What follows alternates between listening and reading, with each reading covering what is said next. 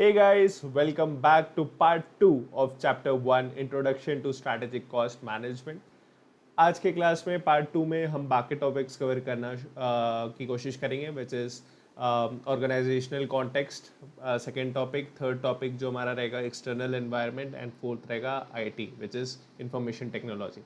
तो ये बाकी तीन टॉपिक्स आज के क्लास में कवर करना शुरू करेंगे. तो let's start with organisational context. तो ऑर्गेनाइजेशनल कॉन्टेक्स्ट में बेसिकली जब हम एससीएम पढ़े, strategic cost management, which means कि हम लोग जब कॉस्ट मैनेजमेंट एक बिजनेस ऑब्जेक्टिव को दिमाग में रखते हुए बनाते हैं, ठीक है, कि एंड उनके स्ट्रैटेजी जो रहती है बिजनेस की स्ट्रैटेजी को रखते हैं, उसको माइंड में रखते हुए जब हम लोग कॉस्ट मैनेजमेंट करते हैं तो that is known as strategic cost management. अब स्ट्रैटेजिक कॉस्ट मैनेजमेंट में जो हमको कंसिडर करना है उसमें दो एनवायरनमेंट्स आते हैं, ठीक है. One is internal environment, one is external environment, second is external environment. अब इंटरनल एनवायरनमेंट में क्या क्या चीज़ें होती है? इंटरनल एनवायरनमेंट मोस्टली रिलेटेड होती है हमारे मतलब जो ऑर्गेनाइजेशन है उस ऑर्गेनाइजेशन के प्रोडक्ट रिलेटेड होती है, और होती है कि कौन से कस्टमर्स को टारगेट कर रहे हैं, कहाँ से रेवेन्यू आएगा, क्या कॉस्ट आएगा. ये जनरली हमारे वो होते हैं, क्या बोलते हैं, इंटरनल एनवायरनमेंट के पार्ट होते हैं, ठीक है. और एक रहता है एक्सटर्नल एनवायरनमेंट. एक्सटर्नल एनवायरनमेंट हम लोग सेपरेटली कवर करेंगे जो कि इसके बाद आएगा, ठीक है. अब क्या होता है कि इंटरनल एनवायरनमेंट के जो भी फैक्टर्स है, जो भी इनटू कंसिडरेशन में लेने के बाद, वो फैक्टर्स को जब हम लोग कंसिडरेशन में ले लेते हैं, उसके बाद जो हम लोग स्ट्रैटेजिक प्लान होता है वो जनरली सस्टेनेबल कॉम्पिटिटिव प्लान होता है. कि हमको क्या चाहिए, हमको एक प्लान चाहिए जो आगे जाके सस्टेनेबल भी हो एज वेल एज वो कॉम्पिटिटिव भी हो, ठीक है. तो सेकेंड इज कि अब आते हैं इसके मेन टॉपिक पे which is gaining competitive advantage, ठीक है. कि आप स्ट्रैटेजिक कॉस्ट मैनेजमेंट के थ्रू कॉम्पिटिटिव एडवांटेज कैसे गेन कर सकते हो. जैसे कि हमने पढ़ा कि कॉम्पिटिटिव एडवांटेज गेन करने के लिए दो तरीके के जो हम लोग स्ट्रैटेजिक पोजीशन में पढ़े थे, कि स्ट्रैटेजिक पोजीशन में क्या पढ़े थे कि दो तरीके से आप अपने आप को पोजिशनिंग कर सकते हो एक ऑर्गेनाइजेशन में. या तो आप प्रोडक्ट डिफरेंशिएशन में चले जाओ, जैसे एप्पल या जैसे टेस्ला है, ये लोग प्रोडक्ट डिफरेंशिएशन में चले गए कि एक अलग ही प्रोडक्ट बना दो जो हमारे राइवल्स उतनी जल्दी compete नहीं कर पाए एंड ब्रांड की वैल्यू इतनी रहे कि वो जल्दी से मैच नहीं कर पाए. एंड सेकेंड इसकी कॉस्ट लीडरशिप की, कॉस्ट में आपको कोई भी मैच नहीं कर पाए कि आप क्या बोलते हैं इतने सस्ते में चीज़ें सेल कर सकते हो या मार्केट में डाल सकते हो कि आपको कोई मैच ही नहीं कर सकता उसमें, तो आपकी कॉस्ट लीडरशिप होती है. तो ये दोनों हो जाते हैं स्ट्रैटेजिक पोजिशनिंग. तो अब क्या होता है, कॉम्पिटिटिव एडवांटेज भी क्या होता है कि कॉम्पिटिटिव एडवांटेज को अगर आपको लेना हो तो आपको दोनों में से एक स्ट्रैटेजी फॉलो करना पड़ेगा, विच इज ईदर आपको कॉस्ट लीडरशिप में जाना पड़ेगा या डिफरेंशिएशन में जाना पड़ेगा. और जो भी कंपनीज इनमें से दोनों नहीं करती है वो कहीं पे मिडिल में रह जाती है एंड उनका कभी भी ग्रोथ नहीं हो पाता, बिकॉज वो ना कॉस्ट में बीट कर पाती है बाकी कंपनीज को, ना उनका प्रोडक्ट डिफरेंशिएशन में कुछ खास होता है, तो वो उनका कभी ग्रोथ नहीं होता. तो इसलिए आपका जो स्ट्रैटेजिक पोजीशनिंग या कॉम्पिटिटिव एडवांटेज जो आप बोलते हो वो आपका बहुत क्लियर होना चाहिए, ठीक है. तो एक बार इसको पढ़ते हैं.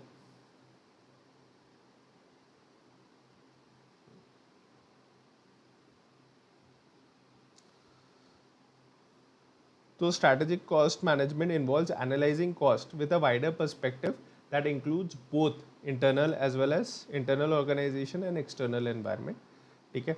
इससे क्या होता है, आपका सस्टेनेबल कॉम्पिटिटिव एडवांटेज होता है. It focuses on making strategic decision more conscious, clear as well as formal, ठीक है. SCM uses cost data that helps to develop better strategies aimed at achieving and maintaining sustainable competitive advantage. कि हमको क्या चाहिए, sustainable competitive advantage चाहिए, क्योंकि हम over the period sustain कर पाए. ऐसा नहीं हो कि वो छोटे पीरियड के लिए हमारे पास कॉम्पिटिटिव एडवांटेज आ रहा है फिर वो चला जा रहा है, तो उससे हमारी ग्रोथ नहीं होगी. लॉन्ग टर्म ग्रोथ हमेशा सस्टेनेबल कॉम्पिटिटिव एडवांटेज से होगी, ठीक है. This is done by clearly understanding firms cost structure, working towards either reducing cost और प्रोडक्ट डिफरेंशिएशन. जैसे कि हमने बोला कि कॉम्पिटिटिव एडवांटेज ही दो तरीके से आ सकता है, एक होता है आपका लीडरशिप, कॉस्ट लीडरशिप, या तो प्रोडक्ट डिफरेंशिएशन. कूल. अब कॉम्पिटिटिव एडवांटेज क्या होता है? कॉम्पिटिटिव एडवांटेज इज समथिंग कि आपके पास जो है वो आपका कोई मैच नहीं कर पाए, ठीक है. जैसे आप कभी भी एप्पल हो सकता है कि आप कल बिजनेस भी करने चले जाओ, आप कभी एप्पल के डायरेक्टली compete नहीं कर पाओगे, इतना इजीली कभी compete नहीं कर पाओगे एप्पल को. आप कल ईवी मैन्युफैक्चरर में चले जाओ, आप टेस्ला को इतनी इजीली compete नहीं कर पाओगे. तो it has to be something. अब कल डीमार्ट एक नया ऐसा रिटेल स्टोर बना दो, आप इजीली डीमार्ट को compete नहीं कर पाओगे। तो that is known as competitive advantage, कि आपके कॉम्पिटिशन जो वो आप इतना अच्छा या तो कस्टमर सेटिस्फैक्शन दे रहे हो या कस्टमर एक्सपीरियंस दे रहे हो कि आपको कॉम्पिटिटर्स भी वो मैच नहीं कर पाए। ठीक है, competitive advantage means organization's ability to perform better than its competitors by either better than its competitor and earn more profit by doing similar activities more effectively। इससे क्या होगा, ज़रूरी नहीं है कि आपका मार्जिन ज़्यादा हो जाए, आपका स्केल भी ज़्यादा हो सकता है। तो आप जब कॉस्ट लीडरशिप में होगा, आपका स्केल इतना ज़्यादा होगा, आपका मार्जिन बहुत कम होगा, हर प्रोडक्ट में प्रॉफिटेबिलिटी कम होगी, बट आपका स्केल इतना ज़्यादा होगा कि आप बहुत ज़्यादा प्रॉफिटेबल हो जाओगे। It's challenging to maintain in today's fast moving environment, competitive global environment, because सब कोई compete कर रहे हैं, सबके पास आज के दिन टेक्नोलॉजी डेवलप करने की एबिलिटी आ गई है, तो अब ज़्यादा देर वो सस्टेन नहीं कर पाओगे, तो आपको कंटिन्यूस वो चीज़ मेंटेन करके रखना पड़ेगा, अपना कॉम्पिटिटिव एडवांटेज। ठीक है, how to gain competitive advantage. ठीक है, दो तरीके से ही जैसे हमने डिस्कस किया, इधर we do it through differentiation और we do it through cost leadership. Trying to do both without a clear focus may lead to being stuck in the middle, which is a strategic mistake। अगर आप कभी भी figure out नहीं कर पा रहे हो कि आप कॉस्ट लीडरशिप की तरफ जा रहे हो या प्रोडक्ट डिफरेंशिएशन की तरफ, आप अगर बीच में फंसे रह गए तो आपका कभी ग्रोथ नहीं हो पाएगा। ठीक है, ना बात है डिफरेंशिएशन स्ट्रैटेजी। हमने बात किया कि डिफरेंशिएशन करो या कॉस्ट लीडरशिप करो, अब डिफरेंशिएशन होता क्या। अब हम लोग टेस्ला का एग्जांपल लेते हैं। ठीक है, टेस्ला जो है, टेस्ला ने क्या किया, टेस्ला ने फर्स्ट बनाया कि टेक्नोलॉजी क्या लाए, सेल्फ ड्रिवन कार्स। ठीक है, सेल्फ ड्रिवन कार लेके आया, फिर उन्होंने क्या लेके आया, उन्होंने लेके आया कि हमारा जो रहेगा ईवी टेक्नोलॉजी रहेगा, ईवी टेक रहेगा। ठीक है, जो बैटरी ड्रिवन कार्स होगी। ठीक है, सेकेंड क्या होगा, ये प्रोडक्ट क्या होगा हमारा, एनवायरमेंटल फ्रेंडली होगा। तो बिकॉज ऑफ क्लाइमेट चेंज क्या हो रहा है, अभी हमारा पूरा ट्रांजिशन हो रहा है फ्यूल कार से, हम लोग जा रहे हैं ईवी कार्स की तरफ, बैटरी कार्स के, जहाँ पे पोल्यूशन कम हो। तो एनवायरमेंटल फ्रेंडली भी है, सेल्फ ड्रिवन भी है, और इसमें क्या हो गया, ईवी टेक भी है, प्लस और भी बहुत सारे फीचर्स हैं। क्या बोलते हैं, स्पीड भी है आपके पास, डिज़ाइन इतनी अच्छी है। तो क्या हो गया, इन्होंने सारे ये चीज़, सेम चीज़ कॉम्पिटिटर्स नहीं दे पा रहे, तो इसलिए क्या हुआ, ये इन्होंने एक बड़ा सा ब्रांड बना लिया, इनकी मैन्युफैक्चरिंग यूनिट इतनी बड़ी हो गई एंड इनके टेक्नोलॉजीज इतने सारे डेवलप हो गए that the rivals are a lot behind them, and वो compete नहीं कर पा रहे इनके साथ। वो अभी इनके स्टेज में पहुंचने तक ये और कुछ नया टेक्नोलॉजी लेके आ जा रहे हैं। तो that is known as differentiation strategy. अब आते हैं नाइकी पे। नाइकी ने क्या डिफरेंशिएशन स्ट्रैटेजी, कि शूज़ बना रहे हैं, ब्रांड वैल्यू बन गया था, बट एक पॉइंट आ गया जब नाइकी की सेल्स ड्रॉप हो रही थी, people were not buying Nike shoes. उन्होंने उसके बाद एक स्ट्रैटेजिक मूव खेला प्रोडक्ट डिफरेंशिएशन के लिए। क्या किया उन्होंने, एथलीट्स के साथ टाइप्स कर ली, पार्टनरशिप्स कर ली। तो इसलिए उसके बाद एक शुरू हुआ which is Jordans, Nike Jordans का शुरू हुआ। नाइकी जॉर्डन्स का शुरू होने के बाद नाइकी की सेल्स कम बैक कर दी एंड वापस से हाई चला गया। Now they could sell a simple shoes with just a name of Jordans, और उनके मल्टीपल वेरिएशंस के साथ they are selling into lakhs. कुछ कुछ जूते 5 लाख, 10 लाख, 20 लाख तक भी जा रहे हैं। तो इतने एक्सट्रीम तक शूज़ आ रहे हैं। एंड प्लस अभी उन्होंने सेलिब्रिटीज़ के साथ टाइप करना शुरू किया, एथलीट्स के साथ तो कर ही रहे थे, अभी सेलिब्रिटीज़ के साथ शुरू करना है। तो this type made them extremely get those extreme margins, कि कुछ प्रोडक्ट्स में जो बना रहे हैं सेम क्वालिटी बना रहे हैं, बट जो बेच रहे हैं जस्ट बिकॉज उनके पास वो टैग नेम है, वो ज़्यादा लाखों में बिक रहा है शूज़। ठीक है, दैट इज़ नाइकी। अब स्टारबक्स, स्टारबक्स क्या हुआ, स्टारबक्स बेच तो कॉफ़ी रहा है, बट क्या एक एक्सपीरियंस सेल कर रहा है। वो तुम घुसते हो स्टारबक्स में तो वो एक एनवायरनमेंट जो होता है वो कोजी सा होता है, प्रीमियम सा होता है। तो दैट एनवायरनमेंट देना, प्लस आपको ट्रीटमेंट जो देना, कॉफ़ी मग्स में आपका नाम लिखना, थोड़ा पर्सनलाइजेशन करना, वो एक प्रोडक्ट डिफरेंशिएशन है। उनके पहले कोई कॉफ़ी में नाम लिख के नहीं दे रहा था, उन्होंने क्या किया, कॉफ़ी में नाम लिख के देना शुरू किया, थोड़ा पर्सनलाइजेशन किया, थोड़ा प्रीमियम अपना जो कैफ़े बोलो, रेस्टोरेंट बोलो, उनका एक प्रीमियम सा आउटलुक बनाया, कि मतलब लोग आए तो ऐसा फील हो कि हाँ थोड़ा प्रीमियम जगह, एक वर्क प्लेस, अच्छा वर्क प्लेस जैसा है, कि लोग लैपटॉप लेके काम भी कर रहे हैं वहाँ पे। तो वो स्टारबक्स ने सेल किया, ठीक है। एप्पल का तो पता ही है कि यूज़र एक्सपीरियंस के ऊपर है, कि यूज़र एक्सपीरियंस उन्होंने ऐसा बनाया, पैकेजिंग उनका काफ़ी अच्छा होता है, कैमरा क्वालिटीज़ होते हैं, रिलायबिलिटी होता है, एप्पल फ़ोन्स कभी भी ऐसा नहीं होगा कि रैंडम प्रॉब्लम्स आना शुरू हो गए, तो वो उनका प्रोडक्ट डिफरेंशिएशन है, ठीक है। तो फोकस है, अब आप पढ़ते हैं, तो differentiation strategy focuses on making product और services unique and valuable to customer.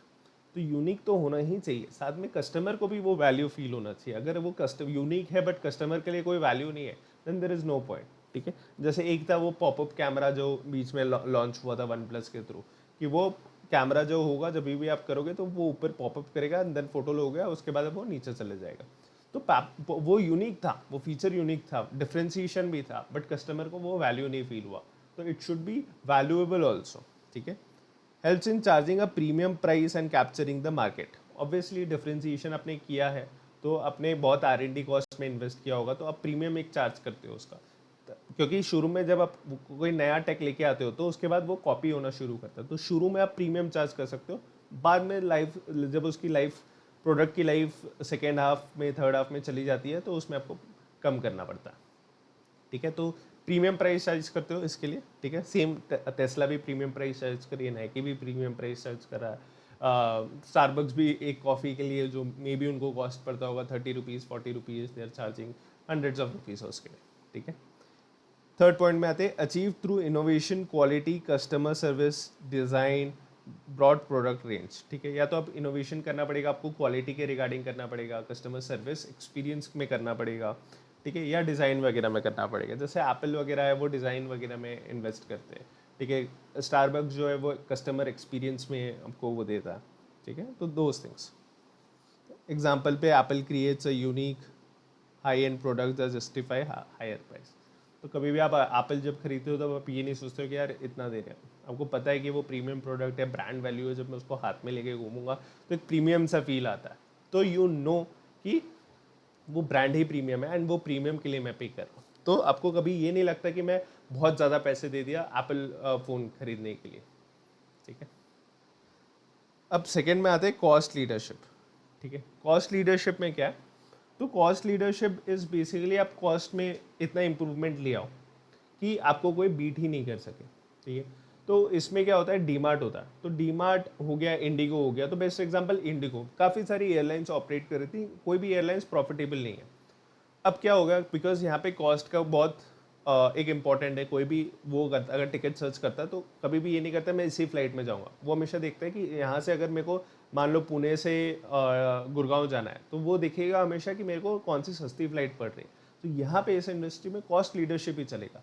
तो उन्होंने कॉस्ट लीडरशिप के लिए इतना सही वो किया कि उन्होंने फॉर एग्जांपल उनका जो है फ्लाइट में, तो फ्लाइट में अगर आप देखोगे तो फ्लाइट में उनका जो अराउंड अगर 1 आवर का डिस्टेंस होता है तो वो एक्स्ट्रा बफर लेके चल रहा है, क्योंकि थोड़ा डिले हो सकता है कि हमारा टेक ऑफ में डिले हो और लैंडिंग में भी डिले हो सकता है, कि मान लो टेक ऑफ में डिले हो गया, कि ऑनबोर्डिंग पैसेंजर्स में थोड़ा डिले हो गया तो टेक ऑफ लेट हो गया।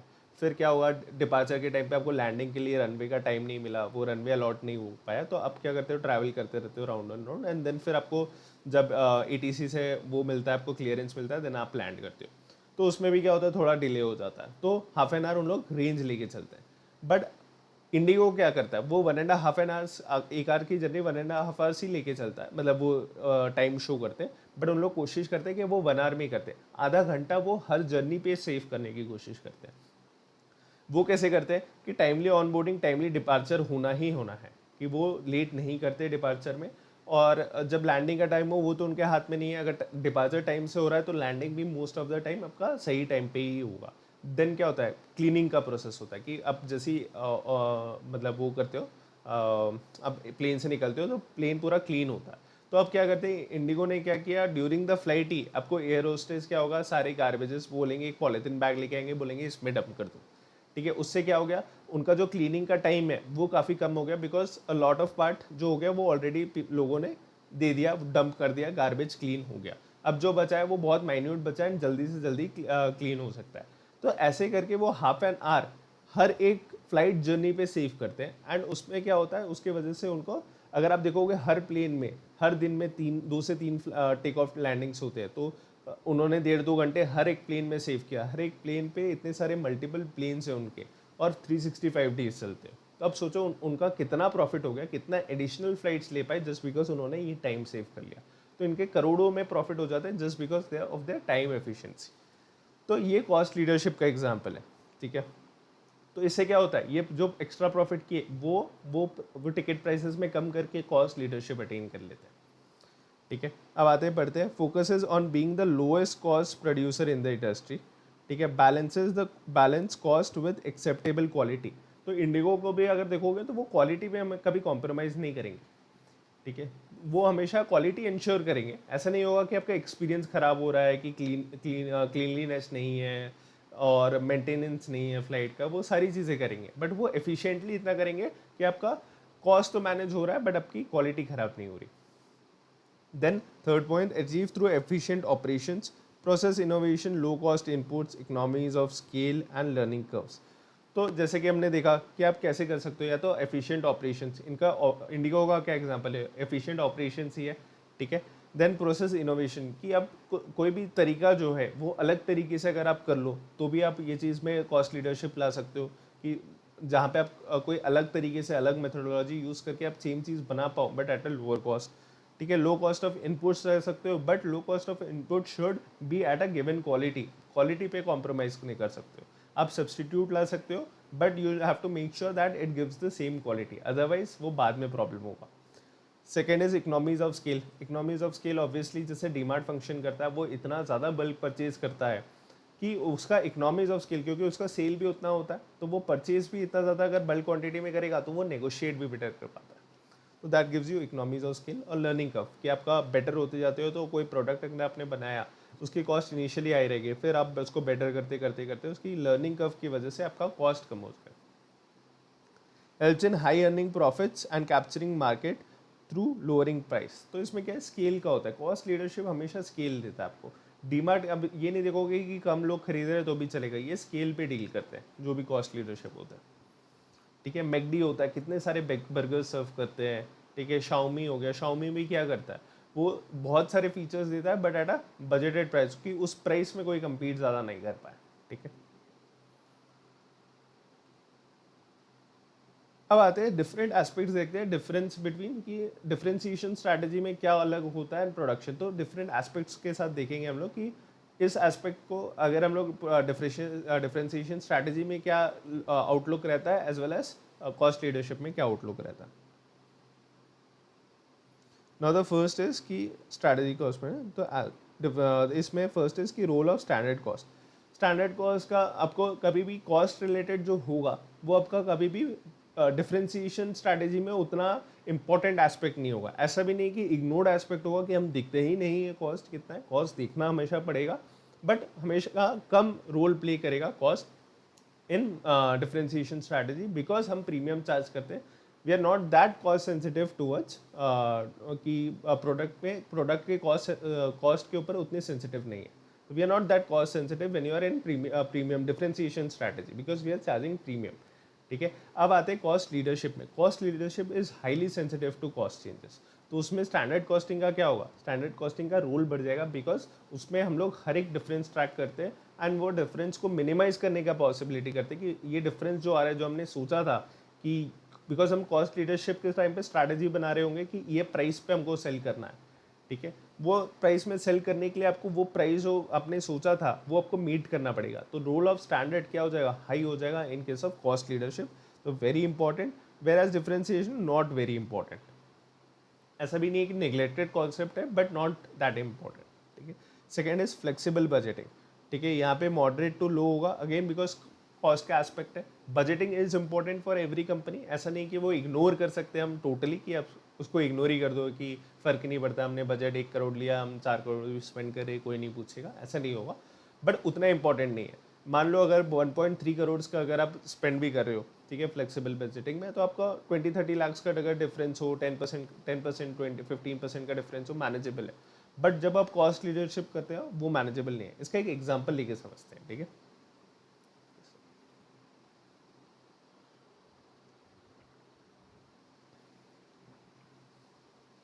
एग्जाम्पल क्या लेते हैं, एग्जाम्पल लेते हैं डीमार्ट का, कि मान लो उन्होंने जो अपना डिस्ट्रीब्यूशन स्पेंड्स रखा था, स्पेंड्स जो रखा था, वो उन्होंने बोला था कि अगर हमारा 50 करोड़ सेल होगा तो हमारा 5 करोड़ का डिस्ट्रीब्यूशन स्पेंड होगा, विच इज 10%। अब फ्लेक्सिबल बजटिंग क्या बोलता है, एक्चुअल में हमारा अगर 60 करोड़ बजट होता, ठीक है, ये बजट है, तो हमारा 6 करोड़ स्पेंड होता, ठीक है, एंड एक्चुअल में क्या हुआ, हमारा 60 करोड़ ही सेल हुआ एंड हमारा 6.2 करोड़ का स्पेंड हुआ। तो फ्लेक्सिबल बजटिंग क्या होता है, अगर हम लोग सिर्फ बजटिंग देखते हैं तो हम बोलते हैं कि 5 करोड़ खर्च करना था, बट हमने खर्च क्या किया 6.2, तो 1.2 का डिफरेंस है, विच इज़ नॉट करेक्ट कि हम लोग ये तो डिफरेंस नहीं देख सकते, because this was at a 50 crore का स्केल पे था, एंड दिस इज अभी जो हमने किया वो एक्चुअल, वो हमारा जो स्केल है वो 60 का है, तो हमको क्या देखना पड़ेगा, हमको 60 पे ही देखना पड़ेगा कि 60 में हम 6 करते हैं एंड यहाँ पे 6, तो this is known as flexible budgeting. Flexible budgeting में पॉइंट डिफरेंस जो आ रहा है, तो ये कितना आ रहा है 20 lakhs। तो for cost leadership I told you every penny is important, तो क्या होगा, this difference is important for cost leadership. But क्या ये इतना इंपॉर्टेंट होगा जब आप डिफरेंशिएशन स्ट्रैटेजी कर रहे हो, answer is no, because again premium charge कर रहे हो, मार्जिन ज़्यादा है, तो छोटे मोटे डिफरेंस हमारे लिए उतने मैटर नहीं करते। वेयर एज अब जब कॉस्ट लीडरशिप स्ट्रैटेजी अप्लाई कर रहे हो तो एवरी पेनी मैटर्स, ठीक है।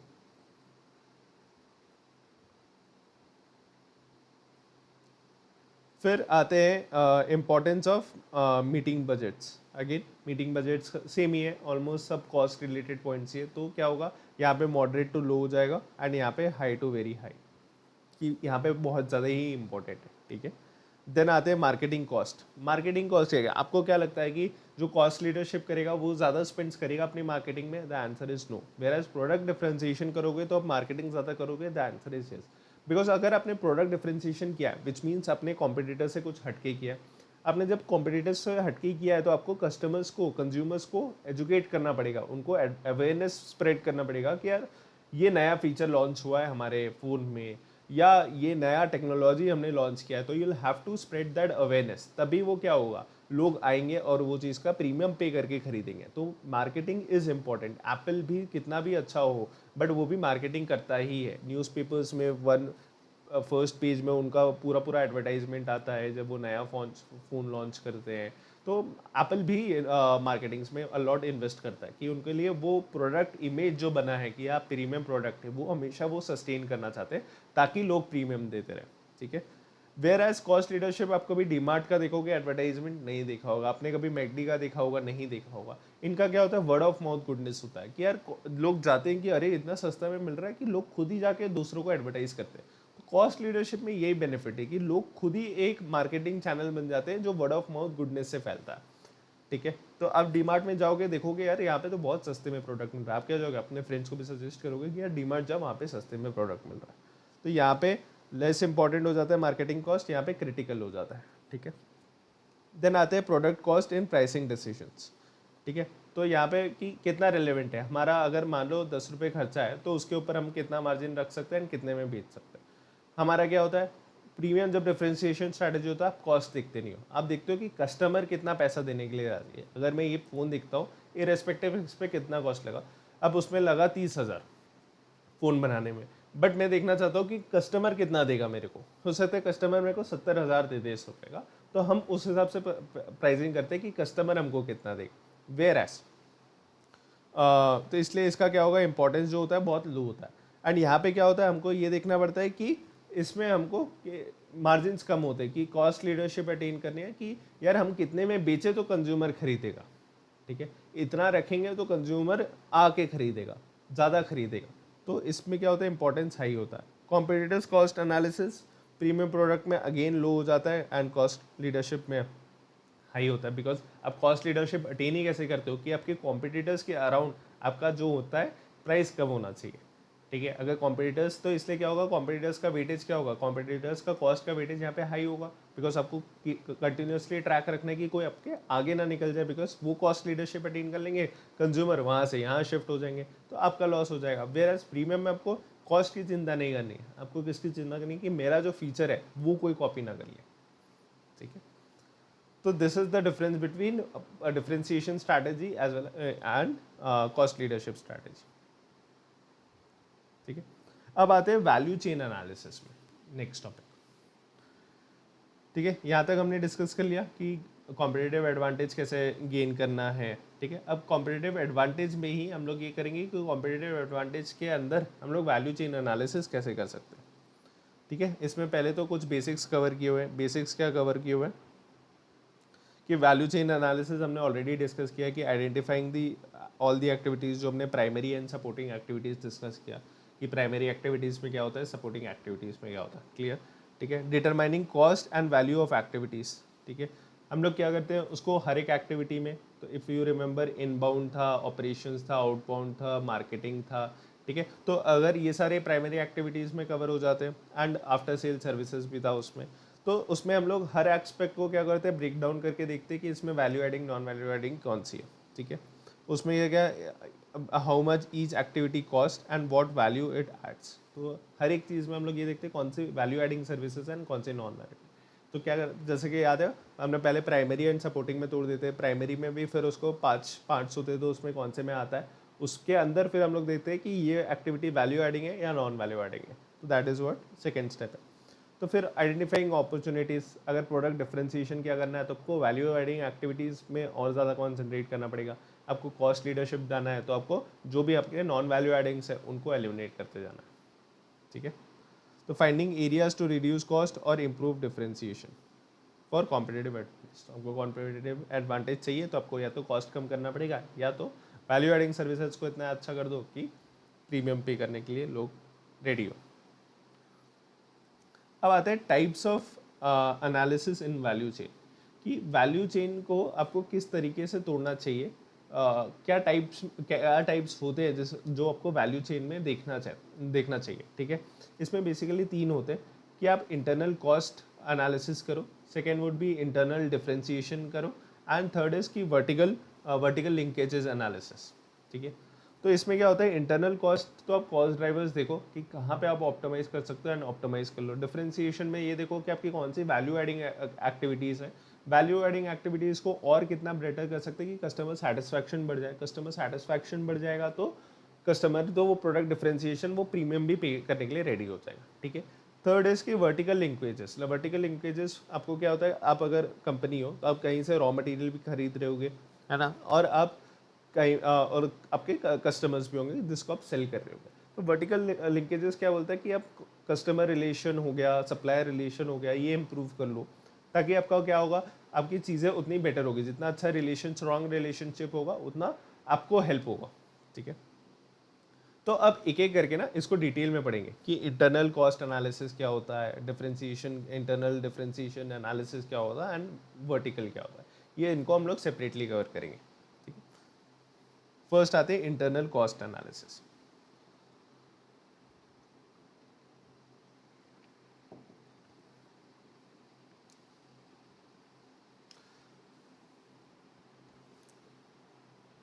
Internal cost analysis focuses on identifying where and how costs are incurred in the organization. The purpose is to break down the entire set of activities into production, marketing, logistics, and examine the cost drivers behind them. ठीक है, जैसे कि हमने बोला कि internal cost analysis में आप क्या करोगे, आप ये देखोगे कि कौन सा कॉस्ट है, विच आर द एक्टिविटीज। तो इसमें एक एग्जांपल लेते हैं, ठीक है, let's take a step back, एक एग्जांपल लेते हैं। एग्जांपल में लेते हैं डीमार्ट, ठीक है। अब डीमार्ट क्या करता है, डीमार्ट आपका इसमें क्या करेगा, उनका सबसे मेजर कॉस्ट क्या होगा कि रेंट, क्योंकि उनको बहुत बड़ा एक स्पेस से रेंट पे लेना पड़ता है, मल्टीपल स्टोरीज लेना पड़ता है कि ground floor, first floor, second floor, अलग अलग सेक्शंस में इतना सारा प्रोडक्ट रखना पड़ेगा, करेक्ट। तो इसमें क्या होता है, बहुत बड़ा स्पेस रेंट आउट करना पड़ता है, तो इसलिए क्या होगा, सबसे बड़ा कॉस्ट क्या होता है उनका रेंट। रेंट को ऑप्टिमाइज करने के लिए क्या करते हैं, वो लोकेशन बहुत स्ट्रैटेजिक लेते हैं कि शहर से थोड़ा सा आउटर में ले लेंगे कि लोग ट्रैवल करके तो पहुंच जाएंगे बट हमारा रेंट काफ़ी बच जाएगा, ठीक है। तो उनका जो थॉट होता है कि वो क्या बोलते हैं कि लोकेशन कौन सा लेना है उसमें बहुत इन्वेस्ट करते हैं, बिकॉज ताकि वो अपना कॉस्ट सेव कर सकते हैं, ठीक है। The activities which are most costly, then whether those activities cost are justified. आपको ये देखना पड़ेगा कि जो आप कॉस्ट इंकर कर रहे हो वो जस्टिफाइबल है भी या नहीं, ठीक है। And the third thing is कि whether the company can improve efficiencies. अब आप ये देखोगे कि जो कॉस्ट है आप क्या करोगे, बेंचमार्किंग करोगे कि स्टैंडर्ड क्या। फॉर एग्जांपल अगर आप स्विगी हो तो आपका पर डिलीवरी जो कॉस्ट आता है आप ये देखोगे कि जोमेटो में कितना आता है, जोमेटो में कितना आता है और हमारा कितना आ रहा है। अगर हमारा ज़्यादा है जोमेटो से तो हमको फर्स्ट टारगेट क्या होगा कि यार जोमेटो से भी कम करना रहेगा, ठीक है। अगर जोमेटो से कम है तो हम ये देखना पड़ेगा कि और कहाँ ऑप्टिमाइज कर सके, जहाँ पे और कम कर सके और कहाँ पे एफिशिएंसी ला सके, ठीक है। Whether there is any waste और डुप्लीकेशन ऑफ एफर्ट्स, अगर वेस्ट और डुप्लीकेशन ऑफ एफर्ट्स हो तो वहाँ पे आप ऑप्टिमाइज कर सकते हो, ठीक है।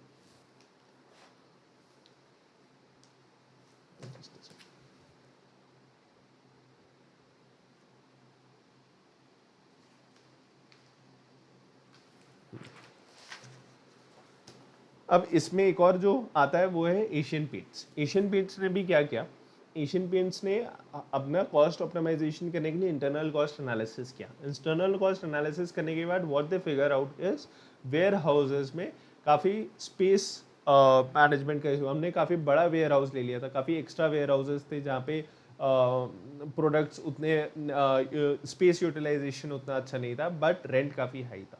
तो उनके ये एनालिसिस में पता चला कि कुछ वेयर हाउसेज एक्स्ट्रा है जो उन्होंने ले रखे एंड उन्होंने वो वेयर हाउस को एलिमिनेट कर दिया। तो उससे क्या हुआ, उनको पता चल गया कि यार स्पेस यूटिलाइजेशन बहुत कम था कुछ वेयर हाउसेज में, उनको कम करके बाकी में अकोमोडेट कर दिया। तो this is how Asian paints adopted this strategy, ठीक है। और क्या किया उन्होंने, ऑटोमेटेड कर दिया एफिशिएंसी। उन्होंने देखा कि यार इतने सारे वेयर हाउसेज अगर हम लोग रखेंगे तो उसके लिए कॉस्ट भी रखेगा कि कोई इन्वेंट्री चेक कर रहा हो, इन गोइंग इन्वेंट्री दिखे, आउट गोइंग इन्वेंट्री दिखे, फिर अंदर में कैसे प्रोसेसेस हो रहे हैं उसके लिए लोग रखना पड़ेगा। तो उन्होंने क्या किया, ऑटोमेटेड कर दिया ये सारे वेयर हाउसिंग्स को कि जो भी ऑर्डर आएगा वो ऑटोमेटिकली इनपुट हो जाएगा, इन मतलब टेक बेस्ड हो गया कि अगर कितना ऑर्डर मेंटेन होना चाहिए इस वेयर हाउस में, ऑर्डर मेंटेन नहीं हुआ तो ऑटोमेटिकली वो ऑर्डर प्लेस हो जाएगा, वेयर हाउस में वो प्रोडक्ट आ जाएगा। देन अगर कोई ऑर्डर आता है किसी डिस्ट्रीब्यूटर को देना है तो वहाँ से वो डिस्पैच होगा, कितना मटेरियल डिस्पैच ऑर्डर आया तो उसका वो डिस्पैच बन के आ जाएगा। तो दीज आर ऑल ऑटोमेटेड, ठीक है।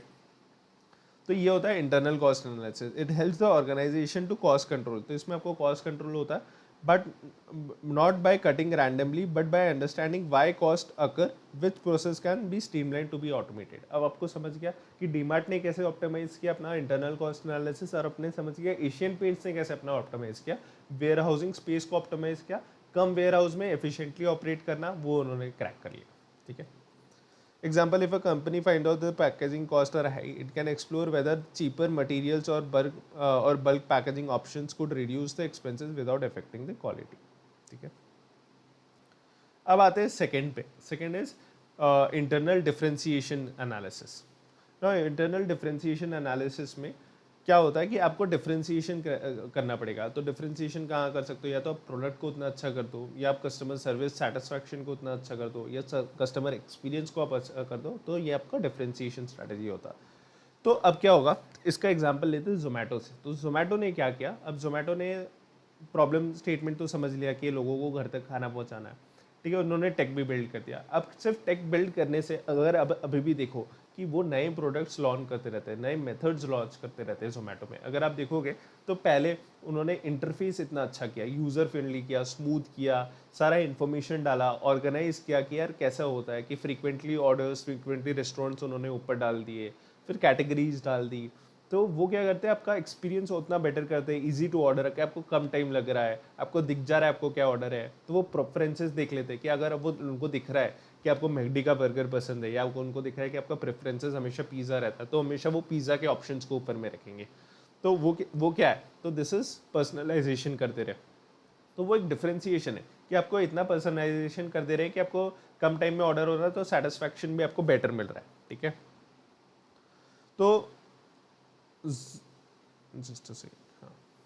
तो जोमेटो उसमें करता है। तो सेकंड है इसकी कस्टमर सपोर्ट, की कस्टमर सपोर्ट कंप्लेन जोमेटो में बहुत होते हैं कि यार कोई बोला कि पैकेजिंग सही नहीं है, गलत प्रोडक्ट आ गया। तो उन्होंने क्या किया, उन्होंने एआई बॉट इंट्रोड्यूस कर दिया कि ऑटोमेटिकली वो रिस्पॉन्स देके वो प्रॉब्लम सॉल्व कर ले, ठीक है। तो दीज आर ऑल क्या होते हैं, एनहांसमेंट होते हैं, डिफरेंशिएशन क्रिएट करना रहता है। उन्होंने एक नया प्रोडक्ट लॉन्च किया कि जहाँ पे क्या होगा, कोई लास्ट मोमेंट में ऑर्डर कैंसिल हो जाता है, तो आपको वही प्रोडक्ट वही खाना आपको वेस्ट में चला जाता है, तो वो वेस्ट मैनेजमेंट क्या है कि आपको सस्ते में मिल जाए। तो उनका क्या हुआ, वो रेवेन्यू तो वो चार्ज कर ही लेंगे, वो पहले वाले कस्टमर से जिन्होंने कैंसिल किया। अब क्या होगा, उससे क्या होगा, ये वेस्ट भी नहीं होगा, प्लस एडिशनल रेवेन्यू भी मिल जाएगा, उनको भी मिल जाएगा, प्लस उनके पार्टनर्स को भी मिल जाएगा, डिलीवरी पार्टनर्स को। तो this is how you create an internal differentiation. You will have to keep on working on tech, जो भी आपका प्रोडक्ट हो, कस्टमर सर्विस हो, एक्सपीरियंस हो, उसमें आप कंटिन्यूसली इंप्रूवमेंट लाना पड़ेगा। तो this is known as internal differentiation analysis. अब एक बार पढ़ते हैं। Well, the first analysis focuses on the cost. This focuses on value creation from the customer's point of view. And it improves the product or some services, enhance customer satisfaction, provide something unique and better than your competitors. Okay? It helps to find out which activities add real value to the customer and where it can focus more efforts to improve its offerings. तो कहाँ पे आपको focus करना चाहिए, तो आप जब इसको ब्रेक डाउन करोगे, आप वैल्यू एडिंग एक्टिविटीज़ को और कैसे वैल्यू ऐड कर सकते हो। फॉर एग्जांपल वैल्यू एडिंग आपको पता है कि घर पहुंचा दिया, आप जीपीएस ट्रैकिंग दे देना चाहिए, तो जीपीएस ट्रैकिंग दे दिया तो उनको पता है कि एस्टिमेटेड करेक्ट टाइम क्या है, मेरा डिलीवरी पार्टनर कितना है, कितना टाइम लगेगा। तो these are all those value adding services कि खाना कितना कम टाइम में ऑर्डर करे। पहले मान लो इंसान आधा घंटा सर्च करके फिर एक खाना ऑर्डर करता था, अब उनका क्या टारगेट है कि 15 मिनट्स में ये ऑर्डर प्लेस कर दे। इतना एफिशिएंट बना दो कि इसको अपना फेवरेट खाना 15 मिनट के अंदर मिल जाए और ये चेकआउट करके ऑर्डर प्लेस कर। तो these are all the things.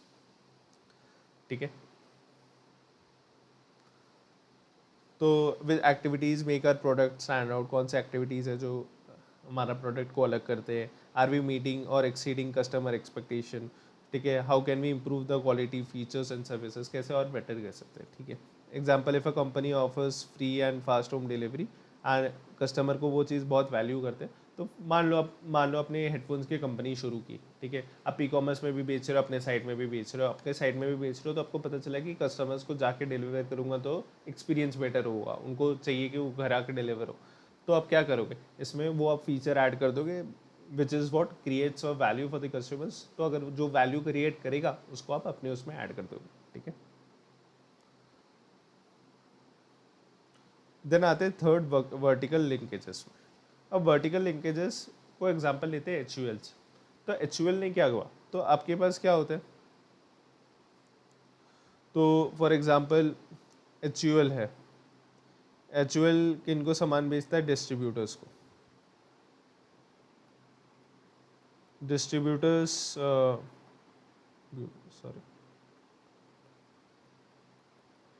Distributors distributors किनको सेल करते हैं, होलसेलर्स को। होलसेलर किनको सेल करते हैं, रिटेल वालों को।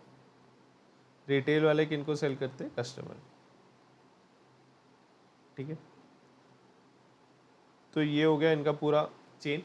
अब क्या बोल रहा है कि उन्होंने जो एनालिसिस किया, वर्टिकल लिंकेजेस एनालिसिस किया, तो उनको ये पता चला कि मोस्ट ऑफ द टाइम क्या हो रहा है, जब वेयर हाउस यहाँ से वो ऑर्डर फ्लो हो रहा है कि होलसेलर वाला ऑर्डर प्लेस कर रहा है डिस्ट्रीब्यूटर को, रिटेल वाला ऑर्डर प्लेस कर रहा है होलसेलर को, तो इनके पास स्टॉक आउट हो जा रहा है, क्योंकि इनका जो इन्वेंट्री मैनेजमेंट था वो उतना अच्छा नहीं था।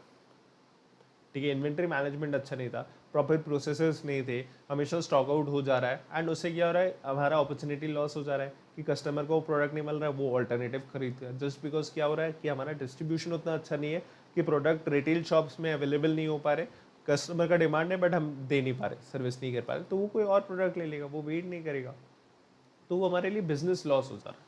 तो एक्चुअल ने एनालिसिस किया कि डिस्ट्रीब्यूटर्स को ये प्रॉब्लम हो रहा है कि उनको प्रॉपर इन्वेंट्री मैनेजमेंट नहीं हो रहा, तो उनका उनका प्रॉपर टेक बिल्ड किया कि कैसे उनके पास इन्वेंट्री मैनेजमेंट होगा, कब कितना ऑर्डर प्लेस करना है, वो सारे सिस्टम जनरेटेड होंगे, ना कि मैनुअल।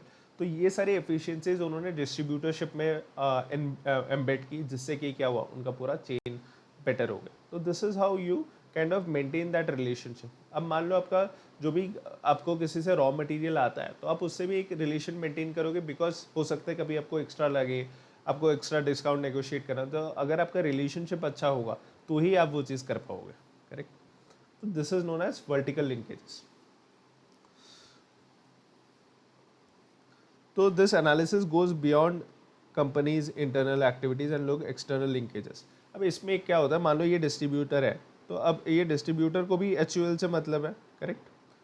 तो डिस्ट्रीब्यूटर को क्या होगा, बहुत सारी चीज़ें चाहिए, मान लो कि उसका पैसा भी फंसा हुआ है, तो वाई डज रिलेशनशिप मैटर्स। अगर उसका HUL के साथ डिस्ट्रीब्यूटर का रिलेशनशिप अच्छा हो, उसका पेमेंट इनवॉइस में कुछ फंसा होगा, तो वो रिलेशनशिप अच्छा होगा तो वो रिलीज हो जाएगा।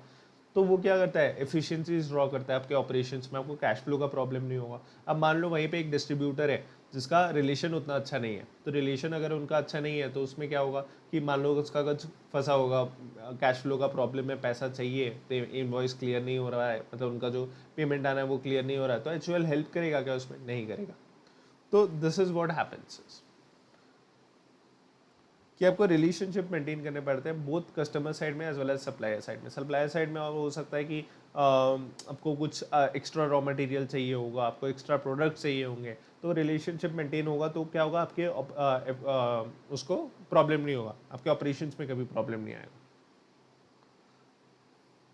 To coordinate with supplier to reduce input cost, improve quality, working with customers to understand demand and deliver better services, finding opportunities of cost saving and value creation. ठीक है। The aim is to improve efficiencies and value across the supply chain, not just with the company. ठीक है, तो across value chain का ही होगा, तो wholesalers, retail, consumers, तो ये पूरा वैल्यू चेन में ही हमको वो चीज़ एफिशिएंसी ड्राइव करनी है, सो दैट ओवरऑल सिर्फ ऐसा नहीं होगी और क्लियर, पूरा वैल्यू चेन में ही एफिशिएंसी ड्रॉ करनी है। This is known as vertical linkage analysis.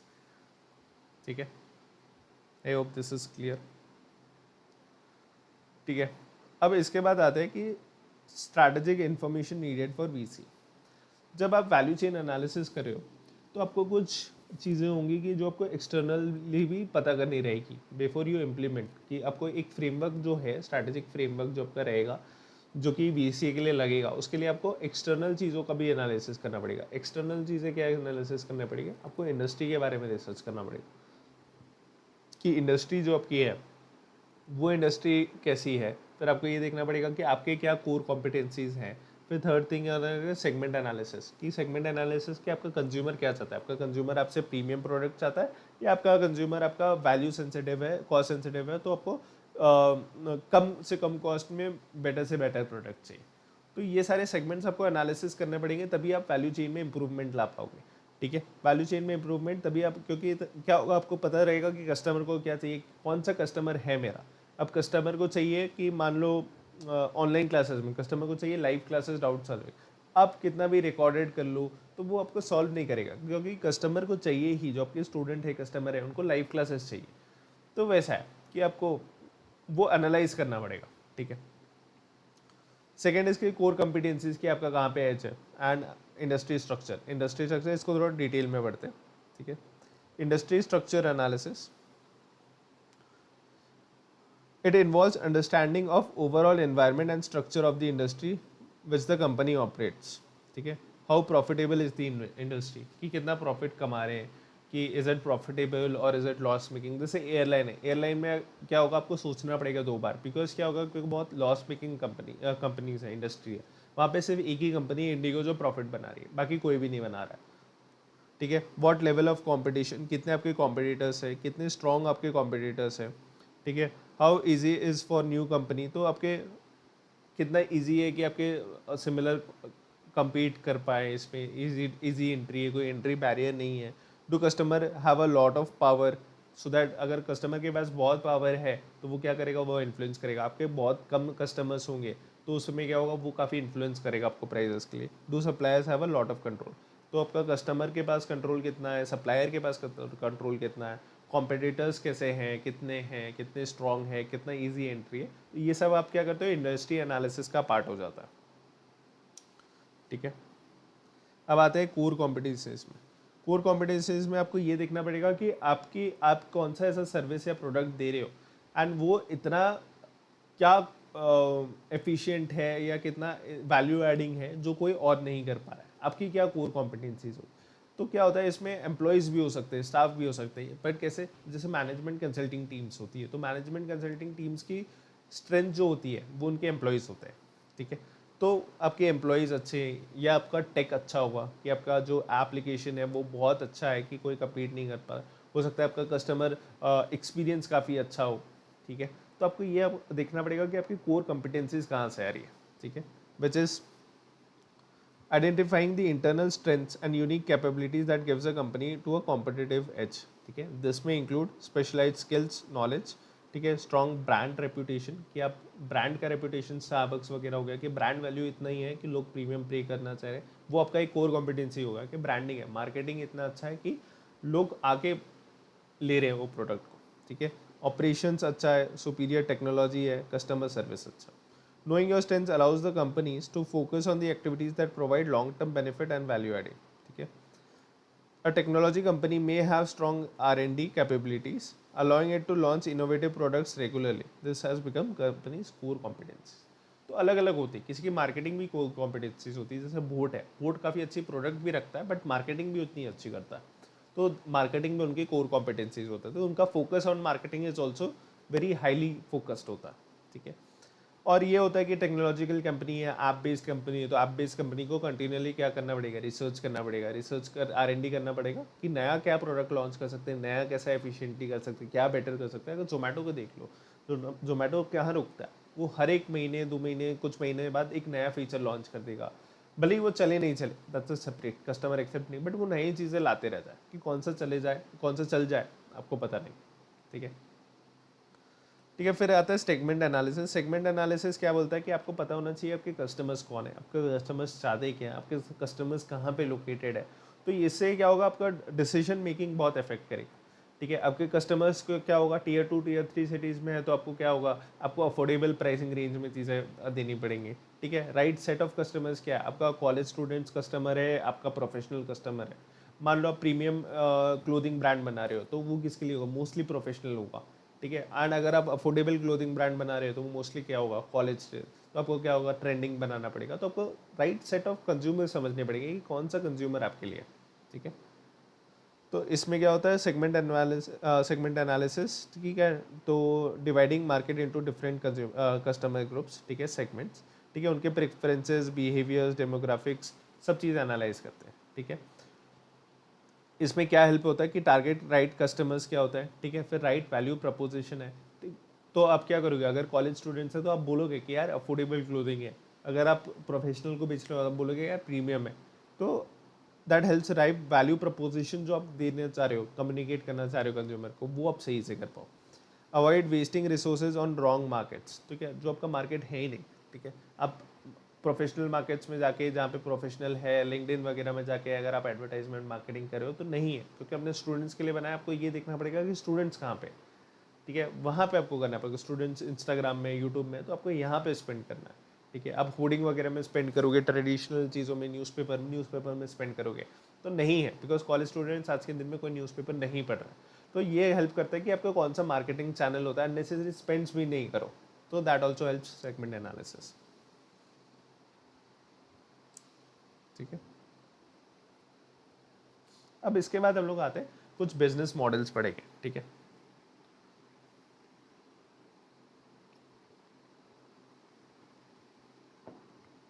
तो इसमें से सबसे पहले आता है ऑस्टरवाल्डर बिजनेस मॉडल कैनवस, ठीक है. तो अब ये बिजनेस मॉडल हम लोग पढ़ क्यों रहे हैं, अभी तो हमने वैल्यू चेन वगैरह पढ़ा, ये सब पढ़ा, अब ऑस्टरवाल्डर बिजनेस मॉडल की पढ़ने की क्या जरूरत है.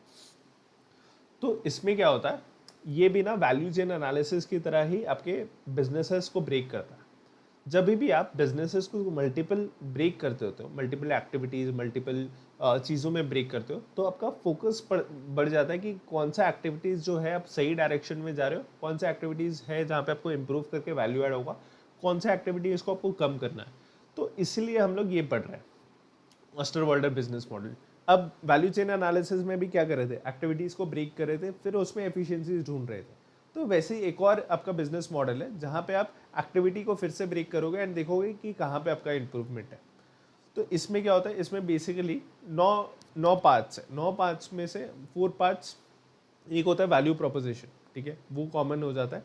9 आपके 4 पार्ट्स हो जाते हैं जो आपके रेवेन्यू स्ट्रीम्स को बिलोंग करते हैं, 4 पार्ट्स हो जाते हैं जो आपके कॉस्ट स्ट्रीम्स को बिलोंग करते हैं. तो आपको ये पता चल जाएगा कि रेवेन्यू स्ट्रीम्स में 4 पार्ट्स जो है वो मेरे, वो क्या चीज़ें हैं, कहाँ पे क्या इंप्रूव कर सकते हैं. कॉस्ट में जो मेरे को 4 पार्ट्स लग रहे हैं, वहाँ पे कहाँ पे ज़्यादा लग रहा है, कहाँ पे मैं एफिशिएंसी ड्राइव कर सकता हूँ, ठीक है. अब इसमें एक एग्जांपल लेते हैं. कि एक कंपनी थी जो ऑस्टरवाला बिजनेस एनालिसिस करने के बाद उनको ये पता चला कि दे वर टारगेटिंग कि जो कंज्यूमर है वो गलत कंज्यूमर्स को टारगेट कर रहे थे।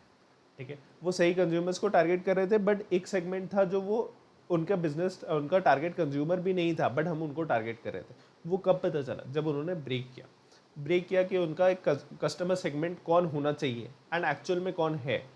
ठीक है, तो जो उनका प्रपोजिशन था कि ये और ये लोग होने चाहिए। फॉर एग्जांपल उनका एज ब्रैकेट जो था कि मान लो ट्रेंडी क्लोथ्स है, वो मोस्टली जो आपके होते हैं वो आपको 16 से 25 की एज में भी में देखेंगे, बट वो टारगेट जो कर रहे थे वो मान लो 20 से 35 एज ग्रुप को कर रहे थे, तो वो गलत है। तो दो ओवरलैप सही है कि 20 टू 25 एज ग्रुप सही कैप्चर हो रहा है, बट वहाँ पे जब उन्होंने ट्रेंड देखा तो उनका ट्रेंड देखा कि ये ट्रेंडी क्लोथ जो हम लोग बेच रहे हैं वो एक्चुअली 16 टू 25 एज ग्रुप के लिए है, ना कि 20 से 35 एज ग्रुप के लिए। तो this is how customer segments को आप एनालिसिस जब आप ब्रेक डाउन करते हो कि क्या एक्चुअल में हो रहा है एंड क्या हम सोच रहे थे, तो वो आपको ब्रिज करने में एंड आपको डिसीजन लेने में हेल्प करता है। ठीक है, क्लियर? इसको हम लोग पढ़ते हैं कि कौन से 9 पार्ट्स होते हैं। First is customer segments, group of people that the business wants to target, कौन से हमारे टारगेट कस्टमर्स हैं वो होता है। जैसे नेटफ्लिक्स है, नेटफ्लिक्स टारगेट क्या करता है? Entertainment loving individuals. अब उनको पता है कि टीयर 1 में मोस्टली होंगे, टीयर 2 में भी होंगे, टीयर 3 में कम होते जाएंगे। तो टीयर 1 में सबसे ज़्यादा होंगे जिसमें लोग नेटफ्लिक्स एंटरटेनमेंट कंज्यूम करना चाह रहे हो, टीयर 2 में उससे कम, टीयर 3 में उससे कम। तो आपको पता है कि आपका कस्टमर कहाँ पे बैठा हुआ है एंड क्या किसको टारगेट करना है।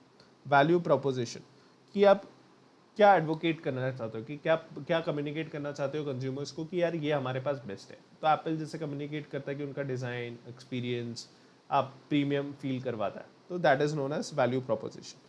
Channel, ways the company delivers its products and services to customer।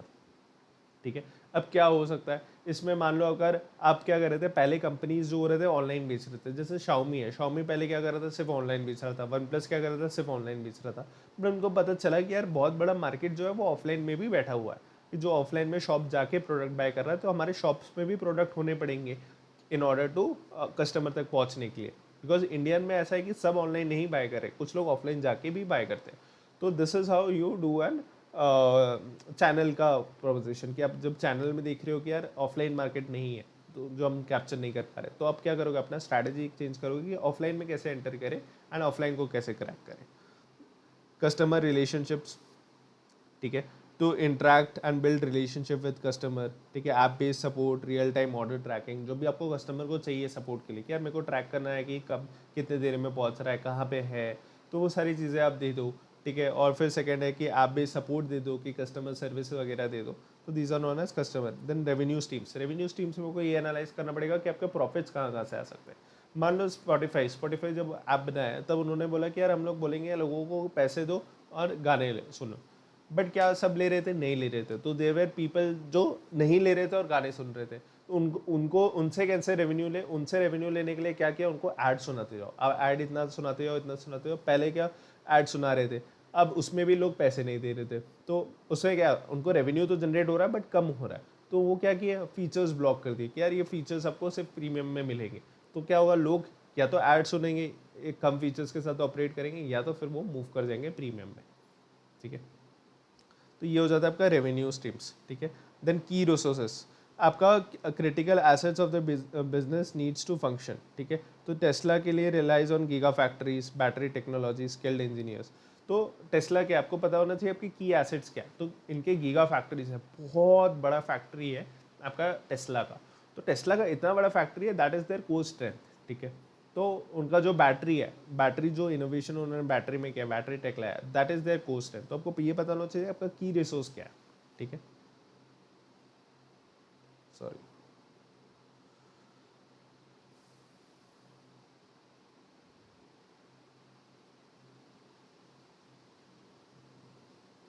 की रिसोर्स के बाद अगर हम लोग आते, देन आता है आपके key activities. Key activities, main task that the company must perform to operate successfully.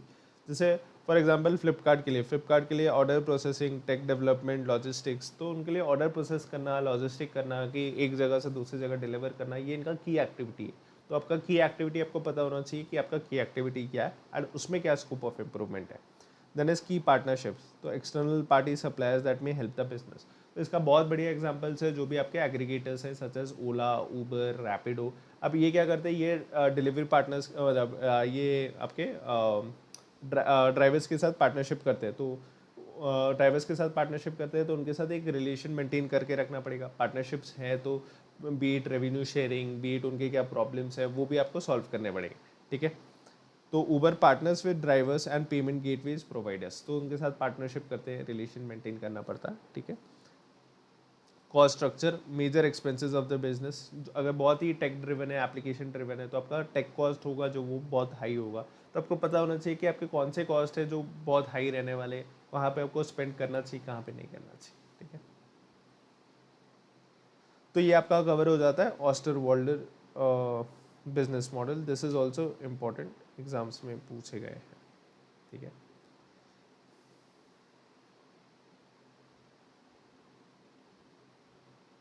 अब आते हैं वैल्यू प्रोपोजिशन कैनवस पे, ठीक है। ये एक और है, ये थोड़ा डिफरेंट तरीके से इन चीज़ों को ब्रेक करना चाहता है। जैसे हमने बोला कि हमको ब्रेक करना पड़ेगा चीज़ों को ये समझने के लिए कि कहाँ पे हम लोग एफिशिएंसी ड्रॉ कर सकते हैं एंड कहाँ पे नहीं कर सकते, ठीक है। तो अब ये क्या करता है, ये दो हिस्सों में डालता है। एक होता है प्रोडक्ट, एक होता है product which is known as value map, और एक होता है customer which is known as customer profile which is also known as left and right, ठीक है। तो ये आपका राइट साइड कस्टमर प्रोफाइल जो होता है वो आपका राइट साइड हो जाता है। ये आपका right side, this is right, and ये आपका लेफ्ट साइड हो जाता है। Left side is what, value map, ठीक है, and right side is what, customer profile, ठीक है। अब इसको डिटेल में पढ़ते हैं। इसमें भी आपको मैपिंग करना पड़ता है कि कस्टमर क्या चाह रहा है एंड हम क्या दे रहे हैं, ठीक है। अब आते हैं कस्टमर प्रोफाइल में। कस्टमर प्रोफाइल में हम लोग इसको तीन पार्ट्स में वाइफरिकेट कर देते हैं कि कस्टमर इसको क्यों चाहता है, which is known as customer jobs. Customer क्या चाहता है, which is known as customer jobs. Customer के पेन्स क्या है कि यार उसको प्रॉब्लम्स कहाँ पे हो रही है, and second is customer gains क्या है। कस्टमर गेन्स, कस्टमर क्या एक्सपेक्ट कर रहा है हमसे, कि वो क्या क्या चाह रहा है हमसे, कि हम वो ये आप में ये होना चाहिए, ये सब होना चाहिए, that is known as customer gains, ठीक है। अब एक एक करके पढ़ते हैं इसको। दो एस्पेक्ट में पढ़ेंगे, एक एजुकेशन एडटेक के एस्पेक्ट से पढ़ेंगे, और एक जोमेटो या डिलीवरी पार्टनर्स के हिसाब से, फूड डिलीवरी के हिसाब से पढ़ेंगे, ठीक है। अब इसमें आते हैं कि customer jobs, these are task और problems that the customers are trying to solve in their personal work, personal और work life. This include practical task, emotional needs और सोशल नीड्स, ठीक है। जैसे एग्जाम्पल से पढ़ते हैं, कस्टमर जॉब्स का एग्जाम्पल क्या, customer wants to order food quickly using a mobile application, ठीक है। क्या करना एज अ कस्टमर, अगर मान लो अगर स्विगी जोमेटो नहीं, कस्टमर को भूख लग रही है, कस्टमर को चाहिए कि मैं एप्लीकेशन हो जिससे मैं ऑर्डर प्लेस करूँ और मेरा फेवरेट खाना जो है वो विद इन 30-40 मिनट्स मेरे अंदर सामने डिलीवर हो जाए, ठीक है। सेकंड होता है कि स्टूडेंट को क्या चाहिए, online coaching for exam preparation. उसको जाके प्रिपरेशन, अपना सिटी रिलोकेट नहीं करना, उसको ऐसा है कि मेरे को ऑनलाइन प्रिपरेशन करना है। तो दीज आर क्या, कस्टमर क्या चाहता है, ठीक है, कस्टमर की नीड क्या है, ठीक है। देन आते हैं पेन्स, ठीक है। अब इसमें ही समझते हैं कि इसमें पेन क्या था, ठीक है। डिलीवरी बहुत लेट हो रही है। शुरू में क्या हुआ, बहुत थे, फूड पांडा करके थी, तो बहुत सारे थे, उनका क्या हो रहा है, बहुत प्रॉब्लम्स हो रहे थे। ऊबर फूड था, ठीक है, फूड पांडा था, तो ये सब क्या होता है, ये भी सेम एग्रीगेटर्स ही थे जो फूड डिलीवरी फील्ड में ही थे। अब इसमें क्या हो रहा था, इसमें फूड डिलीवरी लेट हो रही है, कोई ट्रैकिंग का मैकेनिज्म नहीं है, ऐप क्रैश हो जा रहा है, ठीक है। ये कस्टमर प्रॉब्लम फेस कर रहा था, ठीक है। तो दीज आर पेन्स, कि कस्टमर क्या पेन्स फेस कर रहा है, क्या प्रॉब्लम्स फेस कर रहा है, क्या नेगेटिव एक्सपीरियंस है, क्या रिस्क है, क्या डिफिकल्टीज है जो एक कस्टमर फेस कर रहा है इस चीज़ में, ठीक है।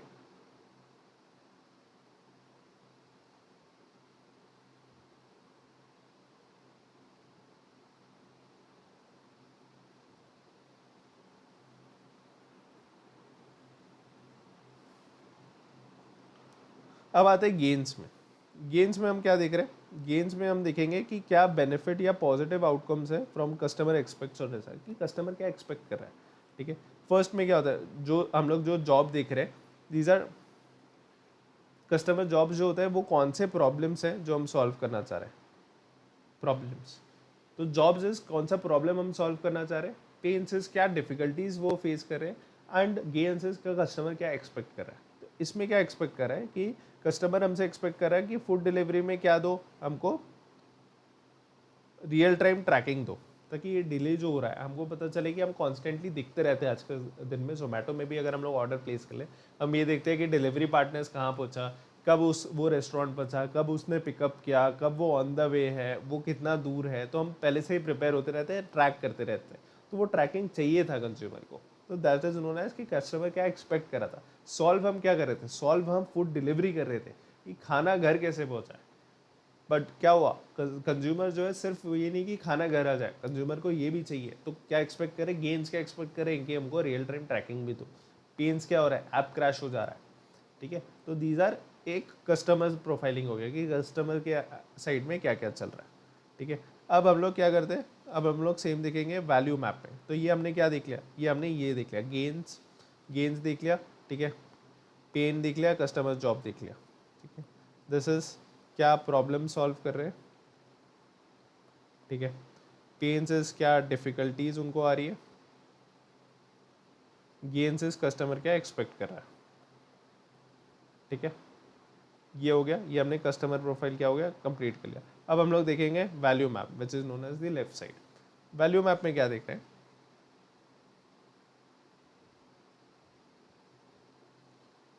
वैल्यू मैप में पहले यहाँ पे देखते हैं, यहाँ पे क्या क्या प्रोडक्ट एंड सर्विसेज है, क्या गेन क्रिएटर्स है, क्या पेन रिलीवर्स है। तो क्या क्या प्रोडक्ट, हमारा प्रोडक्ट क्या सॉल्व करना चाह रहा है, ठीक है। गेन क्रिएटर्स में क्या गेन दे रहा है, क्या कस्टमर एक्सपेक्ट कर रहा था, क्या हम लोग डिलीवर कर पा रहे हैं। पेन रिलीवर्स की जो कस्टमर फेस कर रहा था उसको हम लोग किस एक्सटेंट तक रिलीव कर पा रहे हैं, ठीक है।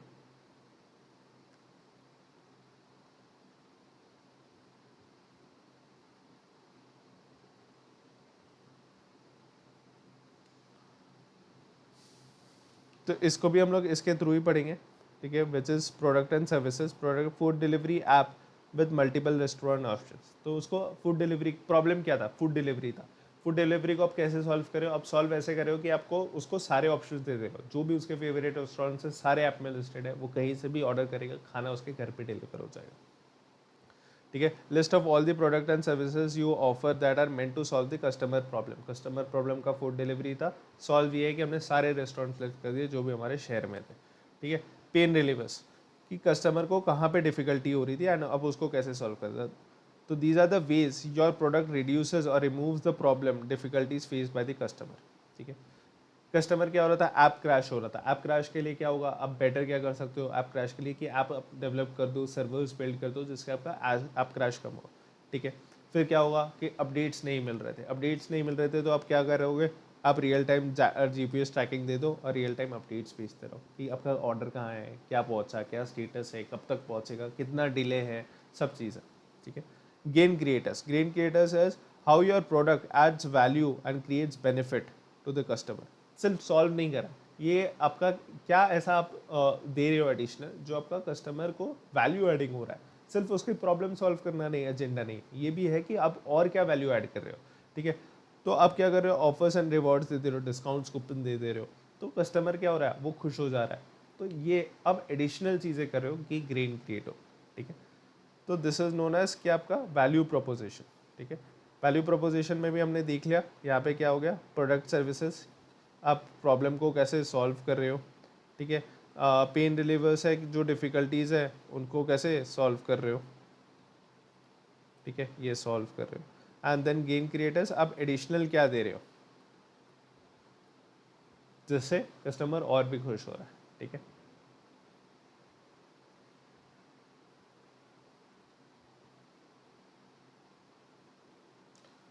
तो ये हो गया आपका, ये हम लोग कवर कर लिया organizational context which was our part 2, ठीक है। अब इसके नेक्स्ट वाले क्लास में हम क्या डिस्कस करेंगे, external environment context. External environment ये आज की क्लास में डिस्कस कर लेते हैं, ज़्यादा टाइम नहीं लगेगा, इसको क्विकली डिस्कस कर लेते हैं। नॉट वेरी इंपॉर्टेंट बट एक बार आपको गो थ्रू कर लेना चाहिए, बिकॉज अगर जस्ट इन केस एमसीक्यूज वगैरह अगर पूछ लेते हैं तो ये आपका वो हो जाएगा, आपके मतलब इजी 1-2 मार्क्स आ जाएंगे, ठीक है। तो छोड़ते कुछ भी नहीं है, कवर सब कर लेते हैं, बाकी इंपॉर्टेंट नॉन इंपॉर्टेंट वो हम लोग डिस्कस कर लेते हैं, ठीक है। तो इसमें अगर आप देखोगे एक्सटर्नल एनवायरनमेंट, उप्स, हाँ, एक्सटर्नल एनवायरनमेंट कॉन्टेक्स्ट। आपका एक्सटर्नल एनवायरनमेंट क्या होता है? एक्सटर्नल एनवायरनमेंट वो होता है जो एक बिजनेस के लिए बहुत नेसेसरी है जान के रखना। तो जानना इज़ वेरी इंपॉर्टेंट, बट उसको कंट्रोल नहीं कर पा रहा, ठीक है। अब उसको हम लोग कंट्रोल नहीं कर सकते, बट उसके अकॉर्डिंग एक्शंस ले सकते हैं।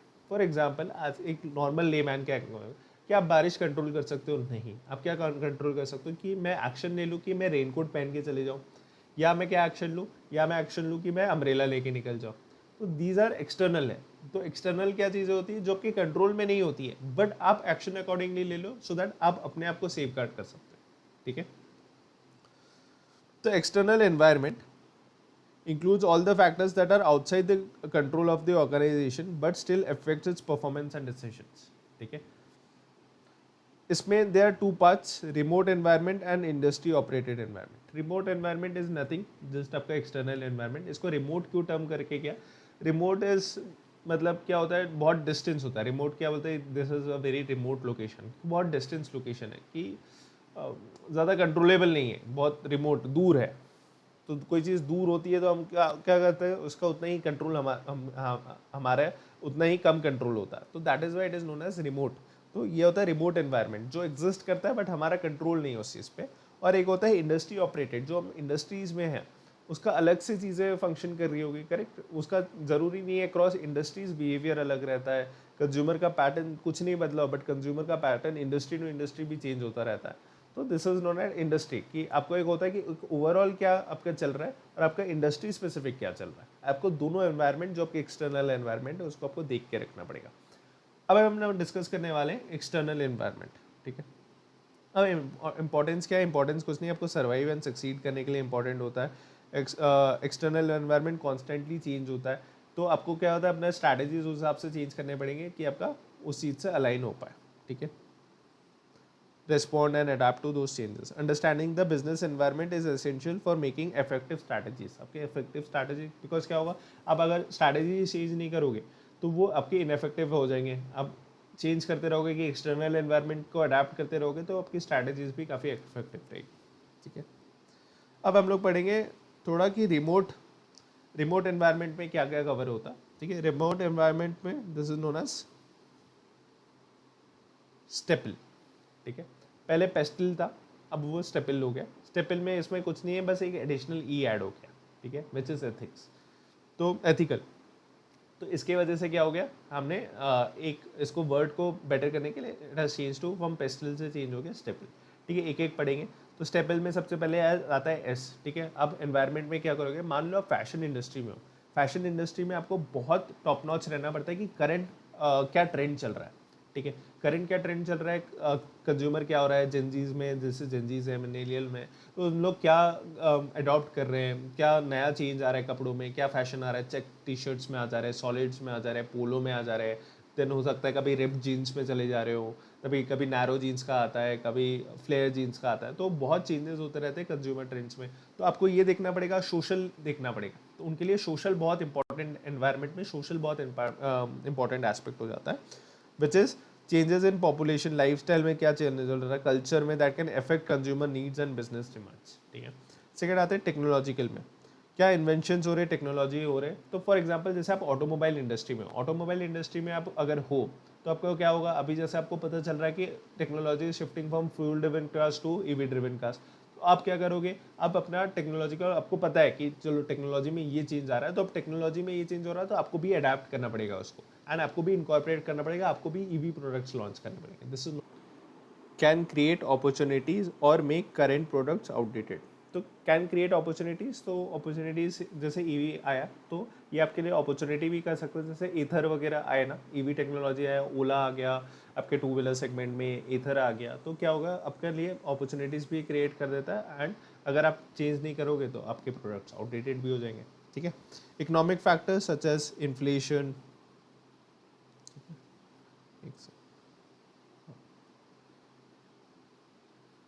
such as inflation, interest rates, economic growth directly affect the spending and business cost। इसमें एक एग्जांपल लेते हैं कि टैरिफ बढ़ गया, यूएस ने अभी टैरिफ बढ़ा दिया, तो उससे क्या होगा, हमारा जो इम्पोर्ट कॉस्ट होगा वो बढ़ जाएगा। इम्पोर्ट कॉस्ट हो जाएगा तो हमारे कॉस्ट सारे बढ़ जाएंगे। तो ये सारे चीज़ें एक्सटर्नल है, आप क्या कंट्रोल कर सकते हो कि यूएस हमारे ऊपर कितना टैरिफ, कितना एडिशनल टैरिफ लगाएगा, नहीं लगाएगा, नहीं, हम कंट्रोल नहीं कर सकते। बट क्या होगा, इससे हमारा कॉस्ट चेंज हो जाएगा, कॉस्ट चेंज हो जाएगा तो या तो हमको प्राइस चेंज करना पड़ेगा या तो हमको प्रॉफिट कम होगा, दोनों में से एक। तो डिसीजन आपको वैसे लेने पड़ेंगे। एनवायरमेंटल, क्लाइमेट चेंज हो रहा है, natural resources, eco friendly practices आ रहा है, तो ईवी इज समथिंग कि आपको ईवी अगर मार्केट में जा रहे हो तो आपको पता है कि ये इको फ्रेंडली है, ठीक है, इको फ्रेंडली है, पोल्यूशन कम करता है, तो this is good for, this is in favour, अगर आप ईवी में जा रहे हो तो दिस इज इन फेवर, ठीक है। देन आते हैं political, government stability policies. EV में क्या हुआ, उन्होंने सब्सिडी लाना शुरू किया कि जो भी ईवी का प्रोडक्शन होगा उनको हम लोग क्या करेंगे, सब्सिडी देंगे। तो ये क्या होगा, आपके लॉज एंड रेगुलेशन, जो गवर्नमेंट है, स्टेबल गवर्नमेंट रहेगी तो वो और अच्छी अच्छी पॉलिसीज लाएगी। एंड क्या होगा, गवर्नमेंट चेंज हो जाएगा तो बोलेगी कि यार ईवी का पॉलिसी स्क्रैप कर दो। तो इससे क्या होगा, गवर्नमेंट स्टेबिलिटी अगर अच्छी है तो आपके क्या फेवर में वो काम करेगा।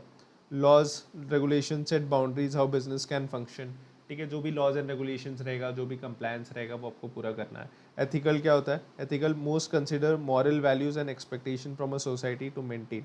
जैसे एथिकल में सबसे एग्जांपल है विप्रो, इन्फोसिस, ये क्या करते हैं, ये अपार्ट फ्रॉम उनका जो बीएयू एक्टिविटीज़ है, ये सोशल कॉज में भी काफ़ी पार्टिसिपेट करते हैं एंड अपने एथिक्स बहुत मेंटेन करके, इनके बहुत हाई गवर्नेंस होता है, हाई एथिकल होते हैं इन लोग यहाँ पे, काफ़ी अच्छे पॉलिसीज़ होते हैं, whistle blower policies, and also क्या होता है कि सोसाइटी में भी बहुत कंट्रीब्यूट करते हैं, तो ethically they are very strong companies. तो आपको एथिकल भी होना पड़ेगा, अदरवाइज क्या होगा कि आपका पब्लिक का जो परसेप्शन है, वैल्यू है, वो थोड़ा इफेक्ट होता है,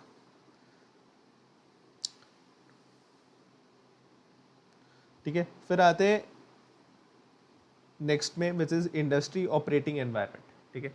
इंडस्ट्री ऑपरेटिंग एनवायरनमेंट में क्या है कि इंडस्ट्री में जो ऑपरेट करते हैं, आपकी इंडस्ट्री में ऑपरेट करने के क्या कौन से होंगे, या आपके कॉम्पिटिटर्स होंगे, आपके कस्टमर्स होंगे, आपके सप्लायर्स होंगे, ठीक है, ये तीन ब्रॉड है।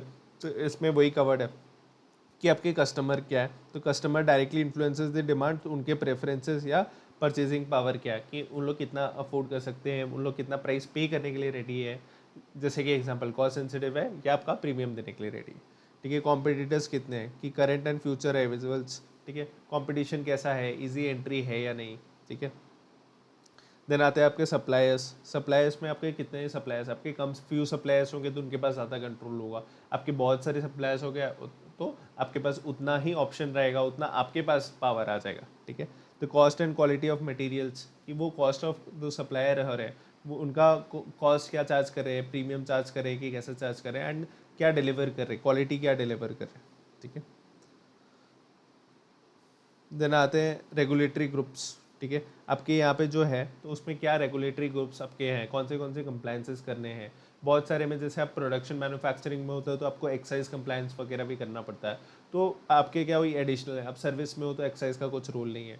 तो इसमें क्या होगा कि आपके कौन से रेगुलेटरीज बॉडी है जिनको आपको ध्यान रखना है, जिनका आपका कंप्लायंस करना है, ठीक है।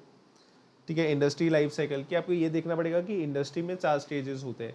तो इनिशियली जो इंट्रोडक्शन होता है, ग्रोथ फेज होता है, फिर मेच्योरिटी होता है, तो आपको ये देखना पड़ेगा कि आप कौन से लाइफ साइकिल के फेज में हो। तो जैसे अगर ईवी है, ईवी क्या है, अभी ग्रोथ फेज में है, तो ग्रोथ फेज में अभी इंजॉय कर रहा है, अभी अर्ली ग्रोथ फेज में है, जहाँ पे ईयर ऑन ईयर क्या हो रहा है, सेल्स बढ़ता जा रहा है। तो आपका कौन से लाइफ साइकिल में हो, जब अगर वो लाइफ साइकिल में ही मेच्योरिटी में पहुंच जाए तब घुसना बहुत मुश्किल है। अगर लाइफ साइकिल में अगर वो इंट्रोडक्टरी है ग्रोथ फेज में, तो it's a good time to enter into the market, ठीक है। सप्लायर एंड बायर्स बायर, तो जो भी आपका सप्लायर है वो कहाँ से खरीद रहा है। तो फॉर एग्जांपल, आपका सप्लायर है जहाँ से वो आपको रॉ मटेरियल सप्लाई कर रहा है, बट वो चाइना से कर रहा है, तो आपको ये ध्यान रखना पड़ेगा कि कल जाके अगर चाइना से कुछ रिलेशंस खराब होती है, कुछ होती है, तो आपका सप्लायर आपको सामान नहीं दे पाएगा। तो ये देखना पड़ता है कि सप्लायर कहाँ से ले रहा है एंड बायर्स का बायर कहाँ है। तो इससे आपको पता चलता है, आपको डायनामिक्स की इंडस्ट्री का में, कि कहाँ से ये एक्चुअल सप्लाई आ रहा है एंड कहाँ पे ये एक्चुअल प्रोडक्ट जा रहा है, ठीक है। Indirectly impacts your supply chain and customer demand, indirectly impact नहीं करेगा but indirectly it does impact, ठीक है।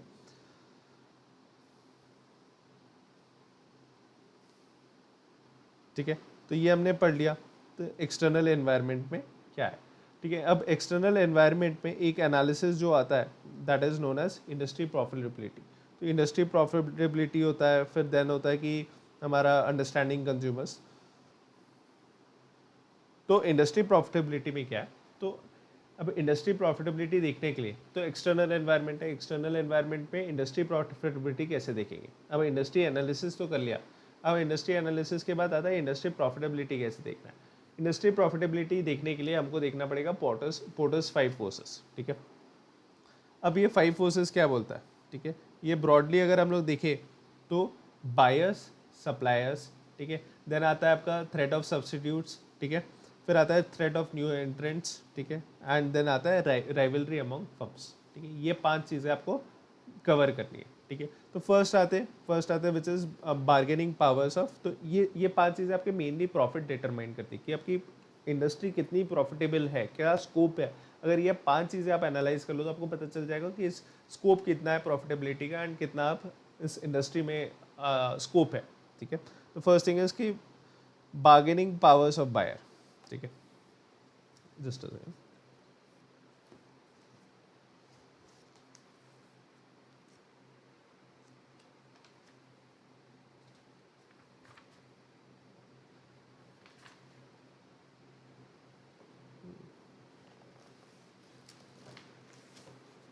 बार्गेनिंग पावर्स कितना है, ठीक है। तो फॉर एग्जांपल सबसे पहले इसमें आते हैं बार्गेनिंग पावर में buyers are few and buy in large volumes, ठीक है। तो इसका एग्जांपल क्या होगा, इसका एग्जांपल होगा डी मार्ट। डी मार्ट किससे खरीद रहा है, डी मार्ट एचयूएल से खरीद रहा है। तो क्या होगा, तो डी मार्ट एचयूएल से खरीद रहा है, तो एचयूएल क्या हो रहा है, डी मार्ट को सप्लाई कर रहा है, ये क्या कर रहा है, परचेज कर रहा है। तो अब क्या होगा, डी मार्ट जो है वो बहुत ही बल्क क्वांटिटीज़ में परचेज करेगा, ठीक है। तो क्या होगा, अगर डीमार्ट बल्क क्वांटिटीज में परचेज करेगा तो फर्स्ट थिंग क्या मांगेगा कि मेरे को क्या दो, डिस्काउंट्स दो, क्योंकि मैं बहुत बल्क क्वांटिटीज में परचेज कर रहा हूँ तो अब मेरे को डिस्काउंट्स दो, ठीक है। तो क्या होगा, बार्गेनिंग पावर ऑफ बायर्स, ठीक है, bargaining power of buyer would be high when buyers are few and buy in large quantities. अगर बायर्स बहुत कम हैं एंड लार्ज क्वांटिटीज में बाय कर रहे हैं तो वो आपके ऊपर कंट्रोल दिखाएंगे, ठीक है। स्विचिंग कॉस्ट आर लो, ठीक है, स्विचिंग कॉस्ट आर लो। इसके लिए एक एग्जांपल लेते हैं, जैसे SIM card, SIM card switch करने में आपको जियो से एयरटेल अगर स्विच करना हो या वाइस वर्सा करना हो तो आपको क्या लगता है, आपको कितना कॉस्ट लगेगा, ज़्यादा कॉस्ट नहीं लगेगा, ठीक है। मैक्स टू मैक्स आपको 200-300 रुपये एक्स्ट्रा लग जाएंगे, वो भी नहीं लग सकते, ठीक है, पोर्ट करा लोगे तो यही चीज़ होता है, पोर्ट में हार्डली 50 रुपीज़ 100 रुपीज़ में हो जाएगा, तो यही चीज़ हो जाता है। इसमें क्या होता है कि स्विचेबिलिटी कॉस्ट अगर है कम होती है तो वो इजीली स्विचेबल। कल अगर जियो बोलेगा कि 100 रुपये में आप पैक ले लो, जो मंथली पैक आप जब 300 रुपये 400 रुपये में लेते हो वो बोलते हैं कि 100 रुपये में ले लो, कल के साल सारे एयरटेल वाले क्या कर लेंगे, जियो में स्विच हो जाएंगे, क्योंकि स्विचेबिलिटी कॉस्ट वो है, लो है। तो उसमें क्या होगा, बायर्स के पास बार्गेनिंग पावर रहेगा कि अगर स्विचेबिलिटी आज वो कम कर दोगे तो उसके पास चले जाएंगे, तो बायर्स के पास ज़्यादा कंट्रोल है, ठीक है। Products are standard and are similar, ठीक है। इसका एग्जांपल मान लो यूएसबी केबल है, ठीक है, या टाइप सी चार्जर है, ये स्टैंडर्ड है। अगर आपका ओरिजिनल गुम जाता है आप क्या करोगे, डुप्लीकेट ले लोगे तो उसमें कंपनी मैटर करेगा क्या, नहीं, तो उसमें आप क्या बोलोगे कि यार कोई भी अच्छी क्वालिटी का दे दो बट ज़्यादा महंगा नहीं होना चाहिए, तो उसमें क्या होगा, आप नेगोशिएट क्या करोगे, प्राइस करोगे। तो इसमें basically bargaining powers are high when buyers are few, जैसे कि हमने देखा डीमार्ट नेगोशिएट करेगा एचयूएल से। स्विचिंग कॉस्ट आर हाई, जैसे सिम कार्ड्स है इजीली स्विचेबल है, ठीक है। प्रोडक्ट्स आर स्टैंडर्ड्स, तो ये सारे केस में क्या होगा, bargaining power will remain with buyers, ठीक है।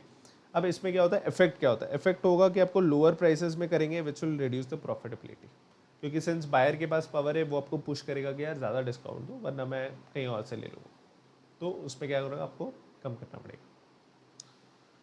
अब आते हैं सेकेंड में बार्गेनिंग पावर्स ऑफ सप्लायर्स, ठीक है। बार्गेनिंग पावर्स ऑफ सप्लायर्स में क्या आ जाएगा, तो बार्गेनिंग पावर्स कब सप्लायर्स के पास हाई रहेगी, जब फ्यू और डोमिनेंट हो, ठीक है।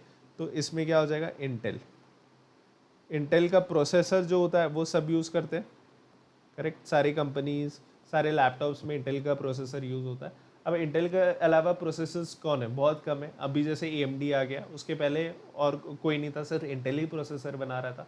उसमें क्या होगा, सप्लायर्स फ्यू है, आपको अगर प्रोसेसर लेना है तो आपको इंटेल से ही लेना पड़ेगा। तो उसमें क्या होगा, आप बोलोगे इंटेल को कि यार मैं बल्क परचेज कर रहा हूँ, मेरे को डिस्काउंट दे दो, वो बोलेगा नहीं दूंगा, क्यों, क्योंकि आप कर लो, आप कुछ, आपके पास तो ऑप्शन ही नहीं है, आपको खरीदना ही पड़ेगा, तो आप क्या करोगे, डिस्काउंट नहीं दोगे, ठीक है। And second is no substitute exist.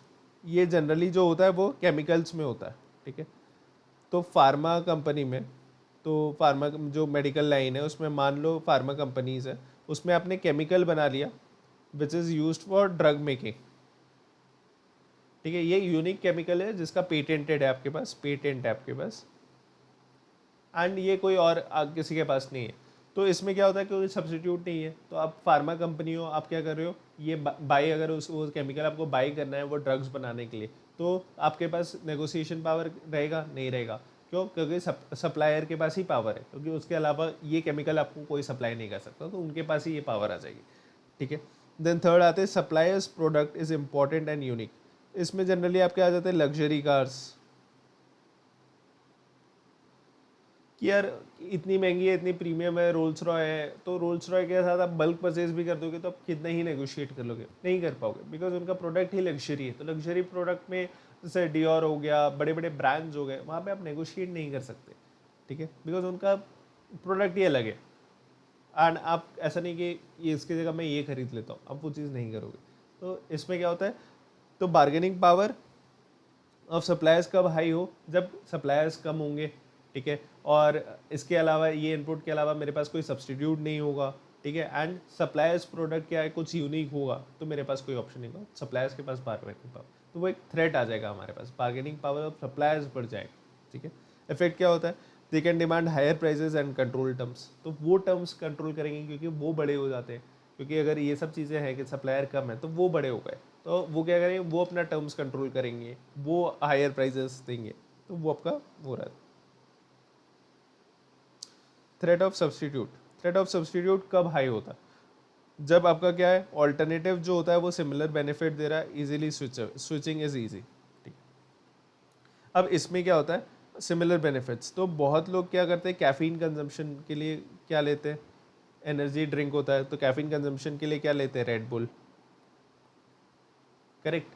अभी उसी का क्या आ गया, स्टिंग आ गया, स्टिंग में is also what, very high caffeine, तो अगर कोई हाई कैफीन के लिए रेड बुल ले रहा था, अब क्या करेगा, अब वो स्टिंग में भी शिफ्ट हो सकता है कि यार ये तो अबव 100 रुपीज़ पड़ जाता था एंड ये अभी मेरे को 20 रुपये में पड़ रहा है, सेम चीज़ें हैं, कैफीन भी उतनी है, बस प्राइस कम है। तो इसमें क्या होता है कि ऑल्टरनेटिव है, सब्सटीट्यूट आ गया, similar benefit at a lower price मिल जा रहा है, स्विचिंग कॉस्ट इसमें क्या है, वेरी इजी है, ठीक है। तो इसमें क्या होगा, लॉस ऑफ कस्टमर, कस्टमर भी, तो रेडबुल के जो है उसमें से कुछ कस्टमर में भी मूव हो जाएंगे स्टिंग वगैरह में, कि यार कैफीन ही चाहिए था, अब रेडबुल की जगह, एनर्जी ड्रिंक की जगह हम स्टिंग ले लेंगे, ठीक है। अब threat of new entrants, threat of new entrants कब रहेगा, ठीक है, हाई व्हेन एंट्री बैरियर लो होगा, एंड लो होगा कि कब थ्रेट रहेगा, कि कब थ्रेट हो सकता है, ठीक है, कब थ्रेट होगा, जब एंट्री बैरियर्स जो है, जब आपके बैरियर्स नहीं है। अब आपको अगर रिटेल शॉप खोलना हो, किराना दुकान खोलना हो, क्या आपको ज़्यादा कुछ नहीं है, आपको म्यूनिसिपल कॉर्पोरेशन से एक परमिशन लेनी पड़ेगी कि आप बिजनेस कर रहे हो इस रेजिडेंस में एंड आप बिजनेस करना शुरू कर सकते हो, तो ज़्यादा कुछ बैरियर नहीं है, इसलिए क्या होगा, रिटेल में thread of competition, new entrants काफ़ी ज़्यादा हो जाते हैं, हर गली में आपको क्या दिखेंगे, एक रिटेल शॉप दिख जाएगी, एक किराना दुकान दिख जाएगा। बट जहाँ कम होता है, कब कम होता है, जब इनिशियल इन्वेस्टमेंट ही बहुत हाई हो। कल क्या आप एक एयरलाइन कंपनी खोल सकते हो, नहीं खोल सकते, क्यों, क्योंकि उसमें इनिशियल कॉस्ट बहुत हाई लगेगा जो कि मैं अफोर्ड नहीं कर सकता। सेकेंड चीज़ इज कि आपको लाइसेंसेज, और अगर लाइसेंसेज लगेंगे, परमिशंस लगेंगे, तो वहाँ पे एक वो हो जाता है कि लिमिटेशन हो जाता है, कि जैसे एयरलाइन हर कोई दूसरा इंसान नहीं खोल सकता, उसके लिए काफ़ी सारे डॉक्यूमेंट्स, काफ़ी सारे कैपिटल रिक्वायरमेंट आपको सबमिट करने पड़ेंगे डॉक्यूमेंट्स गवर्नमेंट को, एविएशन मिनिस्ट्री को, एविएशन मिनिस्ट्री फिर अप्रूव करेगा एंड देन आपके पास आ पाएगा। तो इसमें दो चीज़ें, इसमें क्या है, first is key high initial investments and licence, तो ये अगर हो तो आपका थ्रेट ऑफ न्यू एंट्रेंट्स कम हो जाता है। इसका एग्जाम्पल क्या है, एयरलाइन इंडस्ट्री, ठीक है, एयरलाइन एंड टेलीकॉम, टेलीकॉम में भी आपको बहुत परमिशंस लगते हैं, आप इजीली टेलीकॉम नहीं खोल सकते, तो this is threat of new entrants, ठीक है। फिर राइवलरी, राइवलरी कितनी है, अगर आप देखोगे तो फॉर एग्जांपल सर्विस में हो गया, जैसे लीगल सर्विस दे रहे हो, तो आप क्या कह रहे हैं, सब आपको मैनी फर्म्स है, काफ़ी सारे लीगल फर्म्स है जो आपस में compete कर रहे हैं, सिमिलर इन नेचर है कि आपको केस सॉल्व करने का सर्विस दे रहे हैं, ऑल्दो सर्विस देने में काफ़ी सारा डिफरेंस हो सकता है मामलापन से, बट क्या होता है कि राइवलरी होती है, तो किसी को अगर ज़्यादा समझ नहीं है, रिसर्च नहीं है, तो वो क्या करेगा, वो कोई भी फॉर्म में चला जाएगा, कि यार ये भी तो सेम सर्विस दे रहा है, ये कम पैसे में कर दे रहा है, ये आपका कुछ ज़्यादा चार्ज कर रहा है 10,000, वो बोल रहा है 6,000, तो 6,000 में करवा ले तो केस तो मेरा सॉल्व हो जाएगा। तो products are similar in nature, बहुत लोग कम्पीट कर रहे हैं, प्रोडक्ट सिमिलर है and switch cost is low, इसमें स्विच करने में ज़्यादा कॉस्ट नहीं लगेगा, ठीक है। तो दिस इज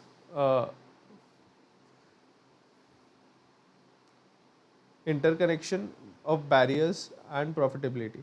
तो entry and exit barriers are committed, high entry high exit barriers, intense competition. अगर एंट्री इजी होगी और हाई एग्जिट बैरियर्स होंगे तो इंटेंस कंपटीशन होगा, लो प्रॉफिटेबिलिटी होगा। This must be studied together in assess to assess the industry attractiveness, ठीक है। तो ये सेपरेट पॉइंट हो जाता है। तो मेन आपका क्या होगा, ये 5 पॉइंट्स आपको कवर करने पड़ेंगे पोर्टर्स 5 फोर्सेस में। तो क्या क्या हो जाएगा, फर्स्ट है इसके बार्गेनिंग पावर्स ऑफ बायर्स क्या है, बार्गेनिंग पावर्स ऑफ सप्लायर्स क्या है, ठीक है। फिर आ गया थ्रेट ऑफ सब्सटीट्यूट क्या है, थ्रेट ऑफ न्यू एंट्रेंट्स कैसा है, ठीक है। फिर एक एक एग्जांपल भी देख लेते हैं। बार्गेनिंग पावर्स ऑफ बायर्स में हमने क्या देखा, डीमार्ट का एग्जांपल देखा, ठीक है। And second is bargaining powers of suppliers में हमने इंटेल का एग्जांपल देखा कि इंटेल ही एक सप्लायर है जो सप्लाई करता है हमको प्रोसेसेस, ठीक है। फिर थ्रेट ऑफ सब्सटीट्यूट्स में हमने रेड बुल और स्टिंग का हमने कंपैरिजन किया, ठीक है। थ्रेट ऑफ न्यू एंट्रेंट्स, तो इसमें थ्रेट ऑफ न्यू एंट्रेंट्स में कब कम होगा, जहाँ पे लाइसेंस और वो होगा, तो इसमें हमने इंडस्ट्रीज के बारे में पढ़ा, ठीक है। And then the fifth is key rivalry among firms. तो राइवलरी अमंग, इसमें हमने लीगल फर्म का एग्जांपल लेके कर, ठीक है। ये हमारे पोर्टर्स का होता है, इंडस्ट्री प्रॉफिटेबिलिटी के बारे में ये हो जाता है पोर्टर्स 5 फोर्सेस, ठीक है। उसके बाद जो पॉइंट हमने पढ़ा कि inter connection between barriers and profitability, तो ये हमेशा हमको साथ में देखना पड़ता है, एंट्री एंड एग्जिट बैरियर्स देखना पड़ता है, उससे हमारा competition as well as profitability relatable हो। आइसोलेशन में नहीं देखना है, इसको जॉइंट में देखना है, ठीक है। तो ये भी आपका एक इम्पॉर्टेंट टॉपिक था, ठीक है, इसको आप मार्क कर लीजिए इम्पोर्टेंट।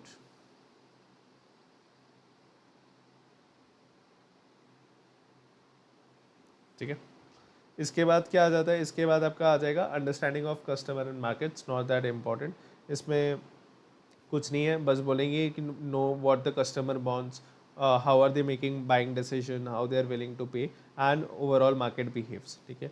इसमें कुछ नहीं है कि आपको ये देखना पड़ेगा कि कस्टमर्स मार्केट्स क्या है, क्या चाह रहे हैं। फॉर एग्जांपल अगर आप बेबी प्रोडक्ट्स में डील कर रहे हो तो बेबी प्रोडक्ट्स में क्या चाहिए, पेरेंट्स अगर वो परचेज कर रहे हैं, ठीक है, आपके कस्टमर कौन है, पेरेंट्स, ठीक है। पेरेंट्स अगर वो बाय करें तो उनको क्या चाहिए, एश्योरेंस चाहिए यार इसमें कुछ क्वालिटी में कॉम्प्रोमाइज़ नहीं है, जो भी दे रहे हैं सही दे रहे हैं। तो दिस इज़ व्हाट आपको पता करना पड़ेगा कि कंज्यूमर क्या देख के बाय कर रहा है आपका प्रोडक्ट, ठीक है। Must understand their parents look for safety, तो सेफ्टी, क्वालिटी एंड अफोर्डेबिलिटी तीनों चीज़ आपको देनी पड़ेगी इन केस अगर आप बेबी प्रोडक्ट्स में प्लान करते हो डील करने का, ठीक है। अब आते हैं थर्ड पॉइंट कि बेसिस ऑफ कॉम्पिटिशन, कि आपका कंपटीशन कितना है, ठीक है। बेसिस ऑफ कंपटीशन इज की companies compete in a market, तो प्राइस, क्वालिटी, सर्विस, इनोवेशन, कि किस चीज़ में हम लोग कम्पीट कर रहे हैं। Knowing the basis of competition helps the business to focus on their what customer values the most. For example smartphone industry, companies compete on camera quality, battery life, price.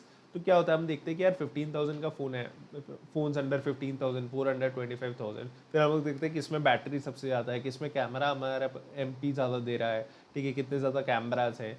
तो ये देखना पड़ेगा कि सबसे पहले कंपटीशन क्या है, कौन सी चीज़ में, प्राइस में कंपटीशन है, क्वालिटी में है, फीचर्स में है। तो आपको पता चलेगा कि आपको फोकस किस में करना है, प्राइस में करना है या फीचर्स में करना है। एंड मान लो फीचर्स में करना है उस सेम प्राइस पॉइंट पे, तो आपको देखना पड़ेगा कि क्या क्या फीचर्स है, कैमरा, बैटरी, तो ये सब में आप कम्पीट करोगे। तो this is basis of competition, ठीक है। तो आप क्या देख लिए, इंडस्ट्री एक्सटर्नल एनवायरनमेंट में इंडस्ट्री प्रॉफिटेबिलिटी देख लिए। फिर इंडस्ट्री प्रॉफिटेबिलिटी के बाद आपने देख लिया कि उसमें पोर्टर्स 5 फोर्सेस डिस्कस हो गए। फिर आपने देखा कि कस्टमर क्या है, कस्टमर के बारे में हमने डिस्कस किया कि आपका कस्टमर क्या चाहता है, वो आपको देखना है। थर्ड जो हमने डिस्कस किया वो था बेसिस ऑफ कंपटीशन, की कंपटीशन का बेसिस क्या, कहाँ पे आप कंपीट कर रहे हो, किस चीज़ में आप कंपीट कर रहे हो, ठीक है। इसके बाद आता है fourth is industry key success factors, ठीक है। आपको इंडस्ट्री, तो these are must have, industry key success factor क्या होता है, दीज आर मस्ट हैव, क्या फैक्टर्स जो होने ही चाहिए आपको in order to stay in the competition, survive and succeed, ठीक है। तो this are must have capabilities and resources a company needs to succeed in a particular industry, ठीक है। तो जैसे इसमें क्या है, ई कॉमर्स इंडस्ट्री है, ई कॉमर्स इंडस्ट्री में आपको क्या है, आपको डिलीवरी करना है, आपको सेमेंट क्या सही प्रोडक्ट डिलीवर करना है, फर्स्ट थिंग। सेकंड इज कि आपको डिलीवरी फास्ट रखनी है, कि जितना डेज आपने कमिट किया, 1 डे किया है, 2 डेज किया है, 3 डेज, आप उतने दिन में डिलीवर कर सको। सेकेंड क्या है, आपका पेमेंट गेटवे सिक्योर होना चाहिए, उसमें कस्टमर फ्रॉड नहीं होना चाहिए, कस्टमर के साथ कुछ फ्रॉड हो जाए, सिक्योर पेमेंट गेटवे देना पड़ेगा सो दैट कस्टमर सर्टिफाइड कि यार इसको पे कर देते हैं हम लोग। तो ये होता है आपका इंडस्ट्री की सक्सेस फैक्टर्स। ये आप इसमें से एक भी चीज़ अगर आप नहीं दोगे तो वो फेल हो जाएगा। आप गलत प्रोडक्ट से दो, आपके पास कोई नहीं आएगा। आप डिलीवरी डिले कर दोगे, कस्टमर अगले बार से बाय नहीं करेगा। पेमेंट गेटवे सिक्योर नहीं रहेगा, वो पेमेंट नहीं करेगा अगले बार से। तो दीज आर क्रिटिकल फैक्टर्स। तो इंडस्ट्री की सक्सेस फैक्टर्स जो होते हैं वो आपको क्रिटिकल होते हैं, इसके बिना आप सर्वाइव ही नहीं कर सकते। ठीक है, फिर आता है core competencies. Core competencies the मतलब कि आप क्या चीज़ बेटर कर सकते हो दूसरे लोगों से जो आपके कॉम्पिटिशन नहीं कर सकते।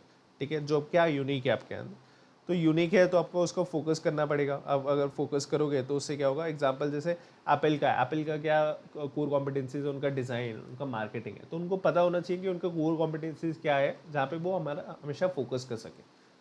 ठीक है, तो ये हो जाता है एक्सटर्नल एनवायरनमेंट में। ठीक है, एक्सटर्नल एनवायरनमेंट में हमने कवर कर लिया ये सारी चीज़ें। तो फास्ट ब्रॉडर चीज़ें कर ली। इंडस्ट्री 5 फोर्स, इंडस्ट्री में इंडस्ट्री प्रॉफिटेबिलिटी जिसमें 5 फोर्सेस, कस्टमर डिस्कस कर लिया, कस्टमर सेगमेंट्स। देन हमने क्या कंपटीशन डिस्कस कर लिया। फिर हमने डिस्कस किया कि क्रिटिकल सक्सेस फैक्टर्स क्या होते हैं, फिर कोर कॉम्पिटेंसीज क्या होती है।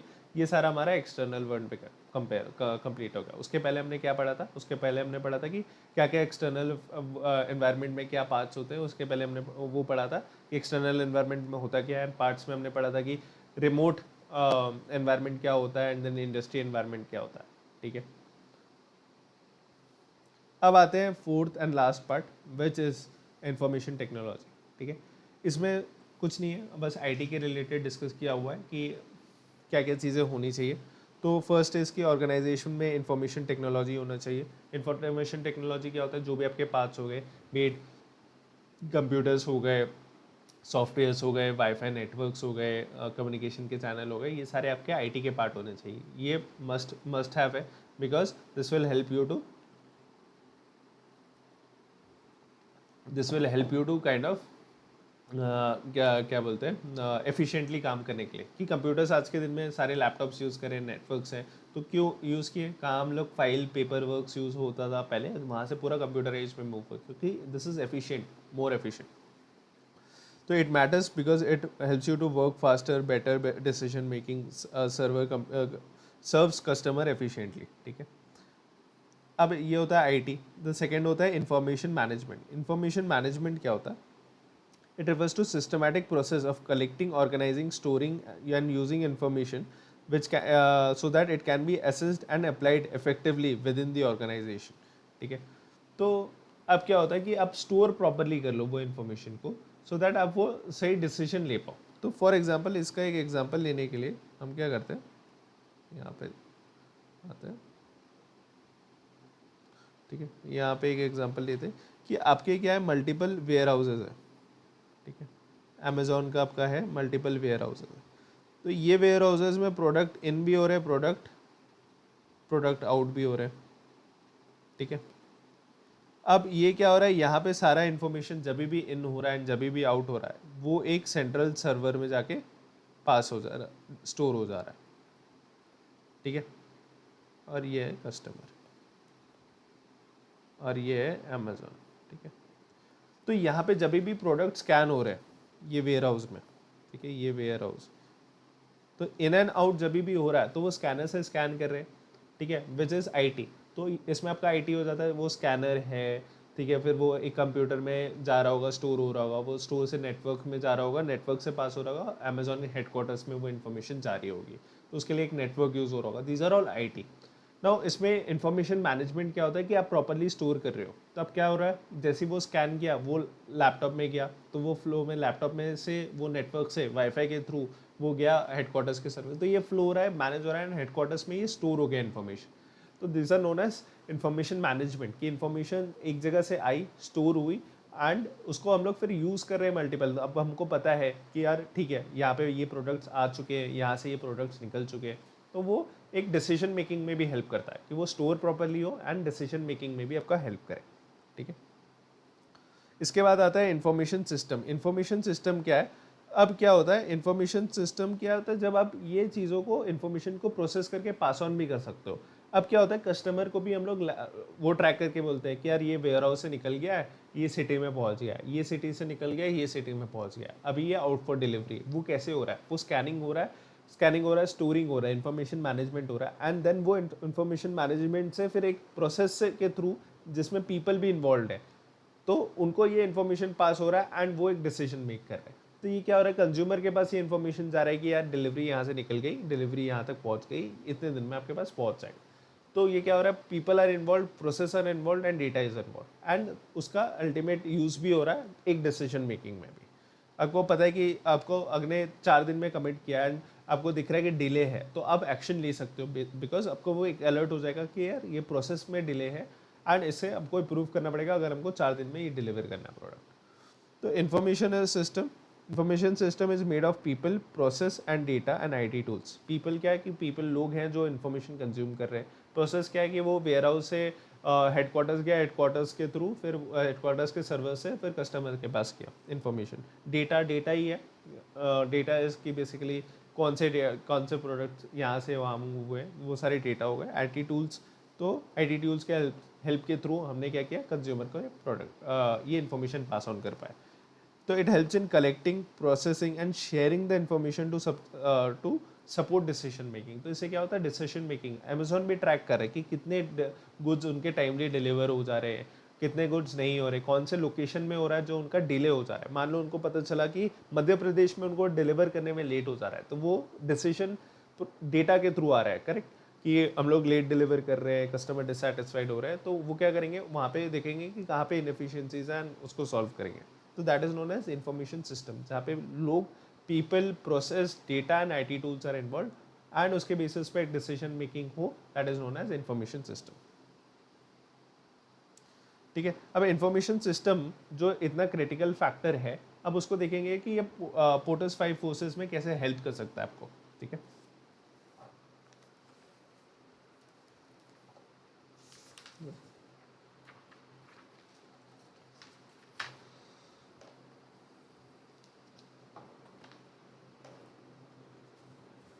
तो पोर्टर्स 5 फोर्सेस में तो फर्स्ट आता है कि आपका बार्गेनिंग पावर्स। ठीक है, bargaining powers of the buyers.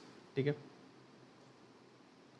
तो बार्गेनिंग पावर ऑफ बायर्स में CRM helps the companies to serve better and offer personalized deals which can reduce the buyer power। अब इसमें क्या होता है, जैसे फॉर एग्जांपल जोमेटो है, जोमेटो ने क्या किया, आपका प्रेफरेंसेस समझ लिया कि यार इसको बर्गर्स पसंद है, पिज़्ज़ाज पसंद है, इसको इसके रिलेटेड ही ऑफर दे दो, इसको ये बता दो कि अभी ये ऑफर चल रहा है, आप बाई कर सकते हो, 80% डिस्काउंट है आपके फेवरेट बर्गर्स पिज़्ज़ा आउटलेट्स में। तो उससे क्या होगा, कंज्यूमर क्या होगा, शिफ्ट नहीं करेगा, कि आपके पास इतना CRM है, कस्टमर रिलेशनशिप मैनेजमेंट इतना अच्छा है कि आपको पता है कि कौन से कंज्यूमर को क्या चाहिए एंड वो चाहिए, आप टाइमली कम्युनिकेट कर पा रहे हो, अब डील्स ऑफर्स उस हिसाब से दे पा रहे हो, तो कंज्यूमर क्या करेगा, आपके साथ जुड़ा रहेगा, आपके परचेज करेगा एंड आपके थ्रू ही वो कंज्यूम करेगा, तो स्विच नहीं करेगा। Is known as bargaining powers. ठीक है, बार्गेनिंग पावर्स ऑफ सप्लायर्स, ऐसे can help out alternative suppliers and help in reducing dependency. अब क्या होता है, सैप सिस्टम में अगर आप इनबिल्ड कर दो कि मेरा एक रिक्वेस्ट जाएगा हर बार कि मेरे को फॉर एग्जांपल ये रॉ मटेरियल चाहिए, तो 5 वेंडर से कोटेशन आ जाएगा। तो सैप में अगर आप इंटीग्रेट करा दो ना, सैप इज एन मतलब is an software application used by the companies, जो पूरा फाइनेंशियल रिकॉर्ड्स वगैरह सब चीज़, वो एंड टू एंड कंट्रोल्स भी रहते हैं उसमें। ठीक है, अब उसमें क्या है, अगर आप इंटीग्रेट करवा दो तो उसमें जो भी सेलर्स से जो हमारे सप्लायर्स हैं, उसमें से 5 कोटेशन आ जाएंगे। वो सिस्टम ही एनालाइज करेगा कि इसमें से कौन सा कोटेशन सबसे सस्ता है, वो कोटेशन वो पिक कर लेगा, वो कोटेशन में वो ऑर्डर भी प्लेस कर देगा सप्लायर को, एंड फिर वो ट्रैक भी करेगा कि इसने बोला था कि 7 डेज में डिलीवरी होना चाहिए, तो वो 7 डेज में डिलीवरी वो ट्रैक भी करेगा कि वो डिलीवरी ठीक से चल रहा है कि नहीं, वो पहुंच रहा है कि नहीं, अदरवाइज वो एक अलर्ट जनरेट करेगा। तो अगर आपके पास स्ट्रॉन्ग IT सिस्टम हो, तो आपके पास बार्गेनिंग पावर जो सप्लायर है वो भी रिमूव हो जाएगा, मल्टीपल सप्लायर्स आप एनालाइज कर पाओगे, ऑर्डर कर पाओगे at the cheapest price. Threat of substitute, तो आपका टेक अगर इतना अच्छा हो तो आपका सब्सटीट्यूट करना बहुत डिफिकल्ट हो जाएगा। आज के दिन में अगर मैं सोचूं कि एक फूड डिलीवरी ऐप शुरू कर दूं, मेरे लिए बहुत डिफिकल्ट है, बिकॉज स्विगी जोमेटो ऑलरेडी इतने बड़े स्केल पे है कि मैं इजीली उनके साथ compete नहीं कर सकता। इसका बेस्ट एग्जांपल है बुक माई शो। बुक माई शो का कोई भी कॉम्पिटिटर ही जनरेट नहीं हो पा रहा है, क्योंकि उनके टाई अप्स, उनका एप्लीकेशन इतना अच्छा है कि लोगों के पास एक तो स्विच करने की ज़रूरत नहीं हो रही है, क्योंकि कुछ प्रॉब्लम फेस नहीं हो रहा है। सेकेंड इज़ कि उनका टाइप्स इतना स्ट्रॉन्ग है कि इजीली कोई एंटर भी नहीं कर पा रहा है, कोई सब्सटीट्यूट नहीं हो पा रहा है. Innovative tech based services like ticket booking, like BookMyShow help to stay ahead of the substitute. ठीक है, अब इस पे आते हैं थ्रेड्स ऑफ न्यू एंट्रेंट्स. अगर स्ट्रॉन्ग आईटी इंफ्रास्ट्रक्चर हो like website, advance data system that can act as a barrier to new competitors. ठीक है, जितना अच्छा आपका टेक हो, जितना आपका डेटा आपके पास हो, तो उतना आपको आप उतना पीछे से स्टार्ट करोगे, because they will be always ahead, because आपके पास डेटा काफ़ी है. ठीक है, this is also example of Asian paints. ठीक है, एशियन पेंट्स ने एक बार क्या किया था 1970s में, उन्होंने पूरा इन्फॉर्मेशन सिस्टम्स में काम करना शुरू कर दिया था, इन्फॉर्मेशन स्टोर करना शुरू कर दिया था. उससे उनको क्या हेल्प हुआ, उनको they right now they have so much information from so many years. उनको पता है कि कौन से लोकेशन में क्या पेंट की डिमांड आ सकती है, कौन से पेंट की इन्वेंट्री कहाँ पे चलती है, तो कौन सा कलर होता है वो कौन से लोकेशन में लगेगा, कितना डिमांड आएगा, वो सारी चीज़ें वो एसेस कर पाते हैं, कौन से महीने में लगेगा. तो उसके हिसाब से वो क्या करते हैं, अपने वेयर हाउस को इन्वेंट्री वो कर लेते हैं, एंड उनका स्टॉक आउट होने का ऑप्शन बहुत लिमिटेड हो जाता है. ठीक है, rivalry among existing firms. IT tools like analytics, AI, automation can give companies an edge and help them outperform rivals. तो इससे क्या होता है, आपको एक एज मिल जाएगा, आपके राइवल्स उतनी जल्दी आपको compete नहीं कर पाएंगे, बिकॉज आप टेक में बहुत अहेड हो, तो उनको compete करने में काफ़ी टाइम लग जाएगा. ठीक है, अब क्या हुआ, अभी हमने क्या किया, आईटी को हमने एनालाइज किया पोर्टस 5 फोर्सेस में. अब नेक्स्ट टॉपिक में हमने ये देखा कि आईटी को हम लोग वैल्यू चेन एनालिसिस में कैसे फिट इन कर सकते हैं.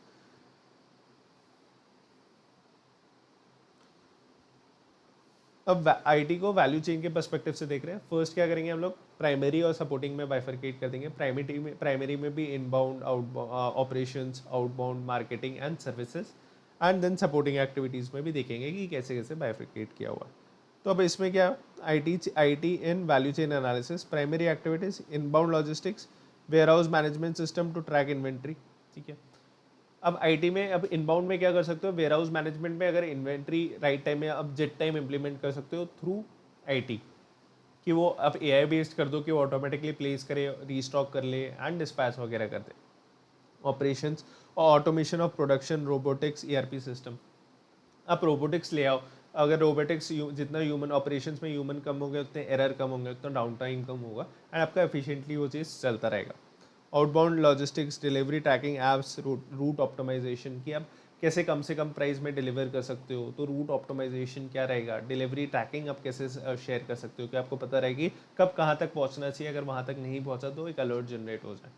ठीक है, then marketing and sales, digital marketing tools, data analytics to reach the target audience. आपका टारगेट ऑडियंस देखना पड़ेगा. फॉर एग्जांपल एक ई कॉमर्स कंपनी के लिए हो सकता है टीयर 2 टीयर 3 सिटीज उनके टारगेट ऑडियंस हो. आप अगर टीयर 1 को टारगेट करते रहोगे तो आपको कुछ फायदा नहीं मिलेगा, आपको टीयर 2 टीयर 3 सिटी को टारगेट ऑडियंस को टारगेट करना पड़ेगा.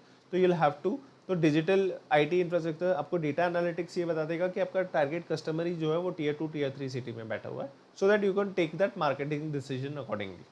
फिर आते हैं सर्विस में चैटबॉट्स, ऑनलाइन सपोर्ट सिस्टम, जैसे जोमेटो ने एआई बॉट्स इंप्लीमेंट कर दिया, तो उससे क्या हो गया, तो दिस इज टेक एनेबल्ड हो गया, तो अब लोग कम हो गए तो पैसा कम लगेगा, कि आप टेक में इन्वेस्ट कर दो तो दैट ह्यूमन डिपेंडेंसी कम हो जाए. ठीक है, अब आते हैं सपोर्टिंग एक्टिविटीज़ में. सपोर्टिंग एक्टिविटीज़ में क्या है, सपोर्टिंग ए फर्म इंफ्रास्ट्रक्चर. ठीक है, financial management software, planning tools, तो आप प्लानिंग टूल्स वगैरह इंप्लीमेंट कर सकते हो फाइनेंस को बेटर करने के लिए. ह्यूमन रिसोर्स के लिए क्या है, ऑनलाइन रिक्रूटमेंट आप कर लो. ठीक है, टेक्नोलॉजिकल डेवलपमेंट क्या, R&D system, data analytics, AI based product testing, तो ये सारी AI बेस्ड R&D वगैरह आप करोगे तो आपका टेक उतना बेटर होता जाएगा. प्रोक्योरमेंट में e procurement platforms, manage vendors, contact purchaser, जैसे हमने पढ़ा कि आप ERP सिस्टम अपडेट कर दो, जिससे क्या होगा, प्रोक्योरमेंट में जो भी आएंगे उसमें से चीपेस्ट जो भी हमारा कोटेशन रहेगा वहाँ पे ऑर्डर प्लेस हो जाएगा, देन वो डिलीवर हो जाएगा. तो that is you can track through ERP system. अगर आप टेक बिल्ड कर दो तो आपका प्रोक्योरमेंट भी सॉर्ट हो जाएगा. ठीक है, अब इसके बाद आते हैं कि role of management accountant as a leader. ठीक है, कि इसमें हम लोग छोटा सा बहुत ब्रीफली डिस्कस कर लेंगे कि ट्रेडिशनल रूल्स में क्या होता था एंड अभी के रूल्स में क्या एक्सपेक्टेशन हो गई है, कि एज अ मैनेजमेंट अकाउंटेंट को एज अ लीडर क्या क्या क्वालिटीज़ होने चाहिए, क्या क्या एस्पेक्ट्स उनको देखना चाहिए, एंड पहले क्या हो चलता था. ठीक है, जो पहले जब ट्रेडिशनल कॉस्ट मैनेजमेंट हुआ करता था तब कुछ नहीं था, main accounts and MIS preparation होते थे, जिसमें हम बोल दिए कि हमारा इतना खर्चा इस महीने में हो गया. ठीक है, फिर हम लोग क्या करते थे, बजट्स प्लान कर देते थे कि ठीक है इतने स्केल में इतना बजट होना चाहिए, इतने बजट में हम ऑपरेट करेंगे, इससे ज़्यादा नहीं जाएंगे। ठीक है। कंट्रोलिंग कॉस्ट में क्या होता था, फोकस होता था कि कहीं पे भी कॉस्ट बढ़ रहा है तो उसको कंट्रोल करो, इररिस्पेक्टिव की क्वालिटी हम पर हो रही है नहीं हो रही है, हम सिर्फ कॉस्ट कटिंग पे ध्यान देते थे। ठीक है। इंश्योर एफिशिएंट कैपिटल स्ट्रक्चर, कि हमारा एज अ मैनेजमेंट अकाउंटेंट होता था कि यार कॉस्ट कैपिटल स्ट्रक्चर वैसा हो कि कितना इक्विटी चाहिए, कितना डेट में चाहिए, कितना वर्किंग कैपिटल में लगेगा, वो सब चीज़ें हमको पता होनी चाहिए। ठीक है। बट आज के रोल पे क्या है, आज के रोल में इट डिमांड्स वेरी डिफरेंटली। आज के रोल में जो एक्सपेक्ट करे एक मैनेजमेंट अकाउंटेंट से, बिकॉज स्ट्रैटेजिक कॉस्ट मैनेजमेंट हो गया, तो मैनेजमेंट अकाउंटेंट से एक एक्सपेक्टेशन सी चेंज हो गई। अब ये क्या एक्सपेक्टेशन है कि आप एनालिसिस करके दो। ठीक है। In depth analysis of both financial and non financial data to give deeper insights. ठीक है। तो इसमें क्या होता है, फॉर एग्जांपल जेप्टो में आप क्या एनालिसिस करोगे, सिर्फ ये नहीं बताओगे कहाँ पे क्या कॉस्ट लग रहा है, आप ये बताओगे कि स्टोर वाइज प्रॉफिटेबिलिटी करोगे। तो डार्क स्टोर्स होते हैं उनके, डार्क स्टोर से उनके मल्टीपल डार्क स्टोर्स होते हैं जहाँ से वो डिलीवर करते हैं अलग अलग पिन कोड्स में। ठीक है। तो अब वो डार्क स्टोर्स जो हैं, तो वो डार्क स्टोर्स में आप देखोगे कि कौन सा स्टोर प्रॉफिटेबल है, कौन सा स्टोर प्रॉफिटेबल नहीं है, क्यों प्रॉफिटेबल नहीं है, वहाँ पे क्या ऐसा प्रॉब्लम हो रहा है, ऑर्डर्स नहीं आ रहे, वहाँ पे इन्वेंट्री मैनेजमेंट में प्रॉब्लम है कि डिमांड नहीं आ रहे, कि क्या हो रहा है। तो वो आपको स्टोर वाइज प्रॉफिटेबिलिटी आए, तो वो आपको financial as well as non financial देखना पड़ेगा। नॉन फाइनेंशियल में क्या होगा, हो सकता है वो नया एरिया हो, लोग अभी यूज टू नहीं हो, उनको पता नहीं है, अवेयरनेस नहीं है, तो आपको ये देखना पड़ेगा कि वो अवेयरनेस वहाँ पे एरिया में कैसे स्प्रेड करें जिससे कि हमारा ये प्रॉफिटेबल हो जाए, जो स्टोर है उसका अवेयरनेस फैल जाए एंड प्रॉफिटेबल हो जाए। Second is planning. Planning is कि ऐसे senior leaders in forecasting and budgeting. ठीक है। तो इसमें क्या होगा, आपका जो एक्सपेंशन प्लान होगा, आप सीईओज के साथ क्या करोगे, एक्सपेंशन प्लान्स डिस्कस करोगे कि यार आज के दिन में हमको कल पैन इंडिया और नए 50 स्टोर्स खोलने हैं, तो 50 स्टोर्स खोलने हैं तो क्या स्ट्रैटेजिक लोकेशंस होने चाहिए, कौन से सिटीज़ होने चाहिए, कहाँ पे डिमांड्स दिख रहे हैं। ठीक है। कौन से स्टेट्स में खोलने चाहिए, कौन से स्टेट्स में 2-3 खोलने चाहिए, कौन से स्टेट में 1-2 खोलने चाहिए। तो वो सब चीज़ें आप प्लानिंग में इन्वॉल्व होंगे कि नॉट जस्ट इफ कि उन्होंने बता दिया 50 स्टोर खोलने, आपने कॉस्ट कैलकुलेट कर दिया कि 50 स्टोर खोलने का इतना कॉस्ट लगेगा, वो नहीं है। अब वो 50 स्टोर कहाँ खोलने हैं, कौन से लोकेशन में खोलने हैं, वो भी आप डिस्कस करोगे। ठीक है। Innovation, adopting new technologies, finance में आप क्या क्या नई टेक्नोलॉजीज अडॉप्ट करोगे, आप वो चीज़ देखोगे। ठीक है। देन होता है leadership to guide the teams and make key decision and communicate the strategies. ठीक है। तो अब जो भी leading to cost reduction projects, तो अब जो भी कॉस्ट रिडक्शंस या स्ट्रेटेजिक कॉस्ट मैनेजमेंट डिसीजन लोगे, तो वो आपको कम्युनिकेट करना है इफेक्टिवली मैनेजमेंट को एंड टीम्स को। ठीक है। अब क्या होता है कि अब ये नेक्स्ट हम लोग क्या है कि एक्सपेक्टेशन क्या है, रोल से क्या एक्सपेक्टेशन है, अभी क्या है एज अ लीडर, क्या आपके एक्सपेक्टेशंस क्या क्या है, कि आपकी कम्युनिकेशन बेटर होनी चाहिए। कम्युनिकेशन बोथ आपके सीनियर्स एज वेल एज आपके टीम मेंबर्स के साथ कम्युनिकेशन अच्छे होने, सीनियर्स के साथ आप स्ट्रैटेजी वगैरह अच्छे से कम्युनिकेट कर पा रहे हैं, जो रीजनिंग है वो दे पा रहे हैं, एंड आपके जूनियर्स के साथ आप उनका फीडबैक ले पा रहे हैं, एंड आपकी टीम इफेक्टिवली काम कर पा रही है। ठीक है। Second is decision making. Decision making is कि a good decision must be logical, data based and consistent. तो फॉर एग्जांपल इसमें क्या होगा, आपको डिसीजन मेकिंग करना है, टीम ने बोला कि डिस्काउंट देते हैं किसी को, कि यार हम लोग डिस्काउंट दे देते हैं, बट आप ये डिसाइड करोगे कि किसको डिस्काउंट देना है।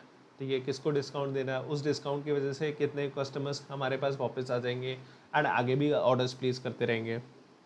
ठीक है। एंड क्या वो बिजनेस गोल्स ये है कि हम लोग को ज़्यादा से ज़्यादा यूजर्स उसमें एप्लीकेशंस पे लाने हैं। तो इसमें क्या होगा कि डिस्काउंट लॉजिकल होना चाहिए, कि डिस्काउंट देंगे तो यूज़र आएंगे क्या, यस, डिस्काउंट देंगे तो यूज़र ऑर्डर प्लेस करेंगे।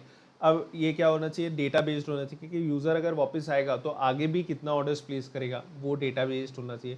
थर्ड थिंग इज कि आपका कंसिस्टेंट, कि क्या ये आपके गोल से मैच कर रहा है, कि डिस्काउंट आप दे रहे हो एंड आप यूज़र्स ला रहे हो, क्या आपको यूज़र्स जो गोल है वो अलाइन है, तो येस ये अलाइन है, कि आपको ज़्यादा से ज़्यादा यूज़र्स से ही ये हमारा गोल है, तो इससे या क्या डिस्काउंट्स स्ट्रैटेजी अलाइन है, अलाइन है। ठीक है। ये तो दिस इज डिसीजन मेकिंग। ठीक है। देन आता है आपका बिजनेस एथिक्स। बिजनेस एथिक्स में क्या है, तो बिजनेस एथिक्स में there is nothing, follow ethical practices and promote fair behaviour in the business, कि आपको एथिकली चलना है, कोई भी चीज़ में कॉम्प्रोमाइज़ नहीं कहीं करनी है, कहीं पे भी आपको एथिकली सब चीज़ें करनी है एंड फंक्शन करनी है। ठीक है। तो again this is not that important, एक जस्ट ब्रीफ कॉन्टेक्स्ट होना ज़रूरी है, जस्ट इन केस कुछ एमसीक्यूज आ गया मान लो लीडरशिप, तो आपको एक ब्रीफ पता होगा तो आप इस चीज़ को अच्छे से डील कर पाओगे। ठीक है। तो दिस इज़ ऑल, ये आपका कंप्लीट हो जाता है। ये नोट्स भी, ये चैप्टर का नोट्स भी मैं टेलीग्राम चैनल पे शेयर कर दूंगा। अगर आपको ये अच्छा लगा तो share with your friends, like करो एंड देन कमेंट में आपका जो भी फीडबैक हो वो आप शेयर करो and also do tell your friends, तो वो भी देखेंगे, वो भी समझ पाएंगे एंड आप टेस्ट में अच्छे से स्कोर कर पाओ. So thank you very much and follow the Telegram channel and YouTube to stay updated. Thank you so much, guys.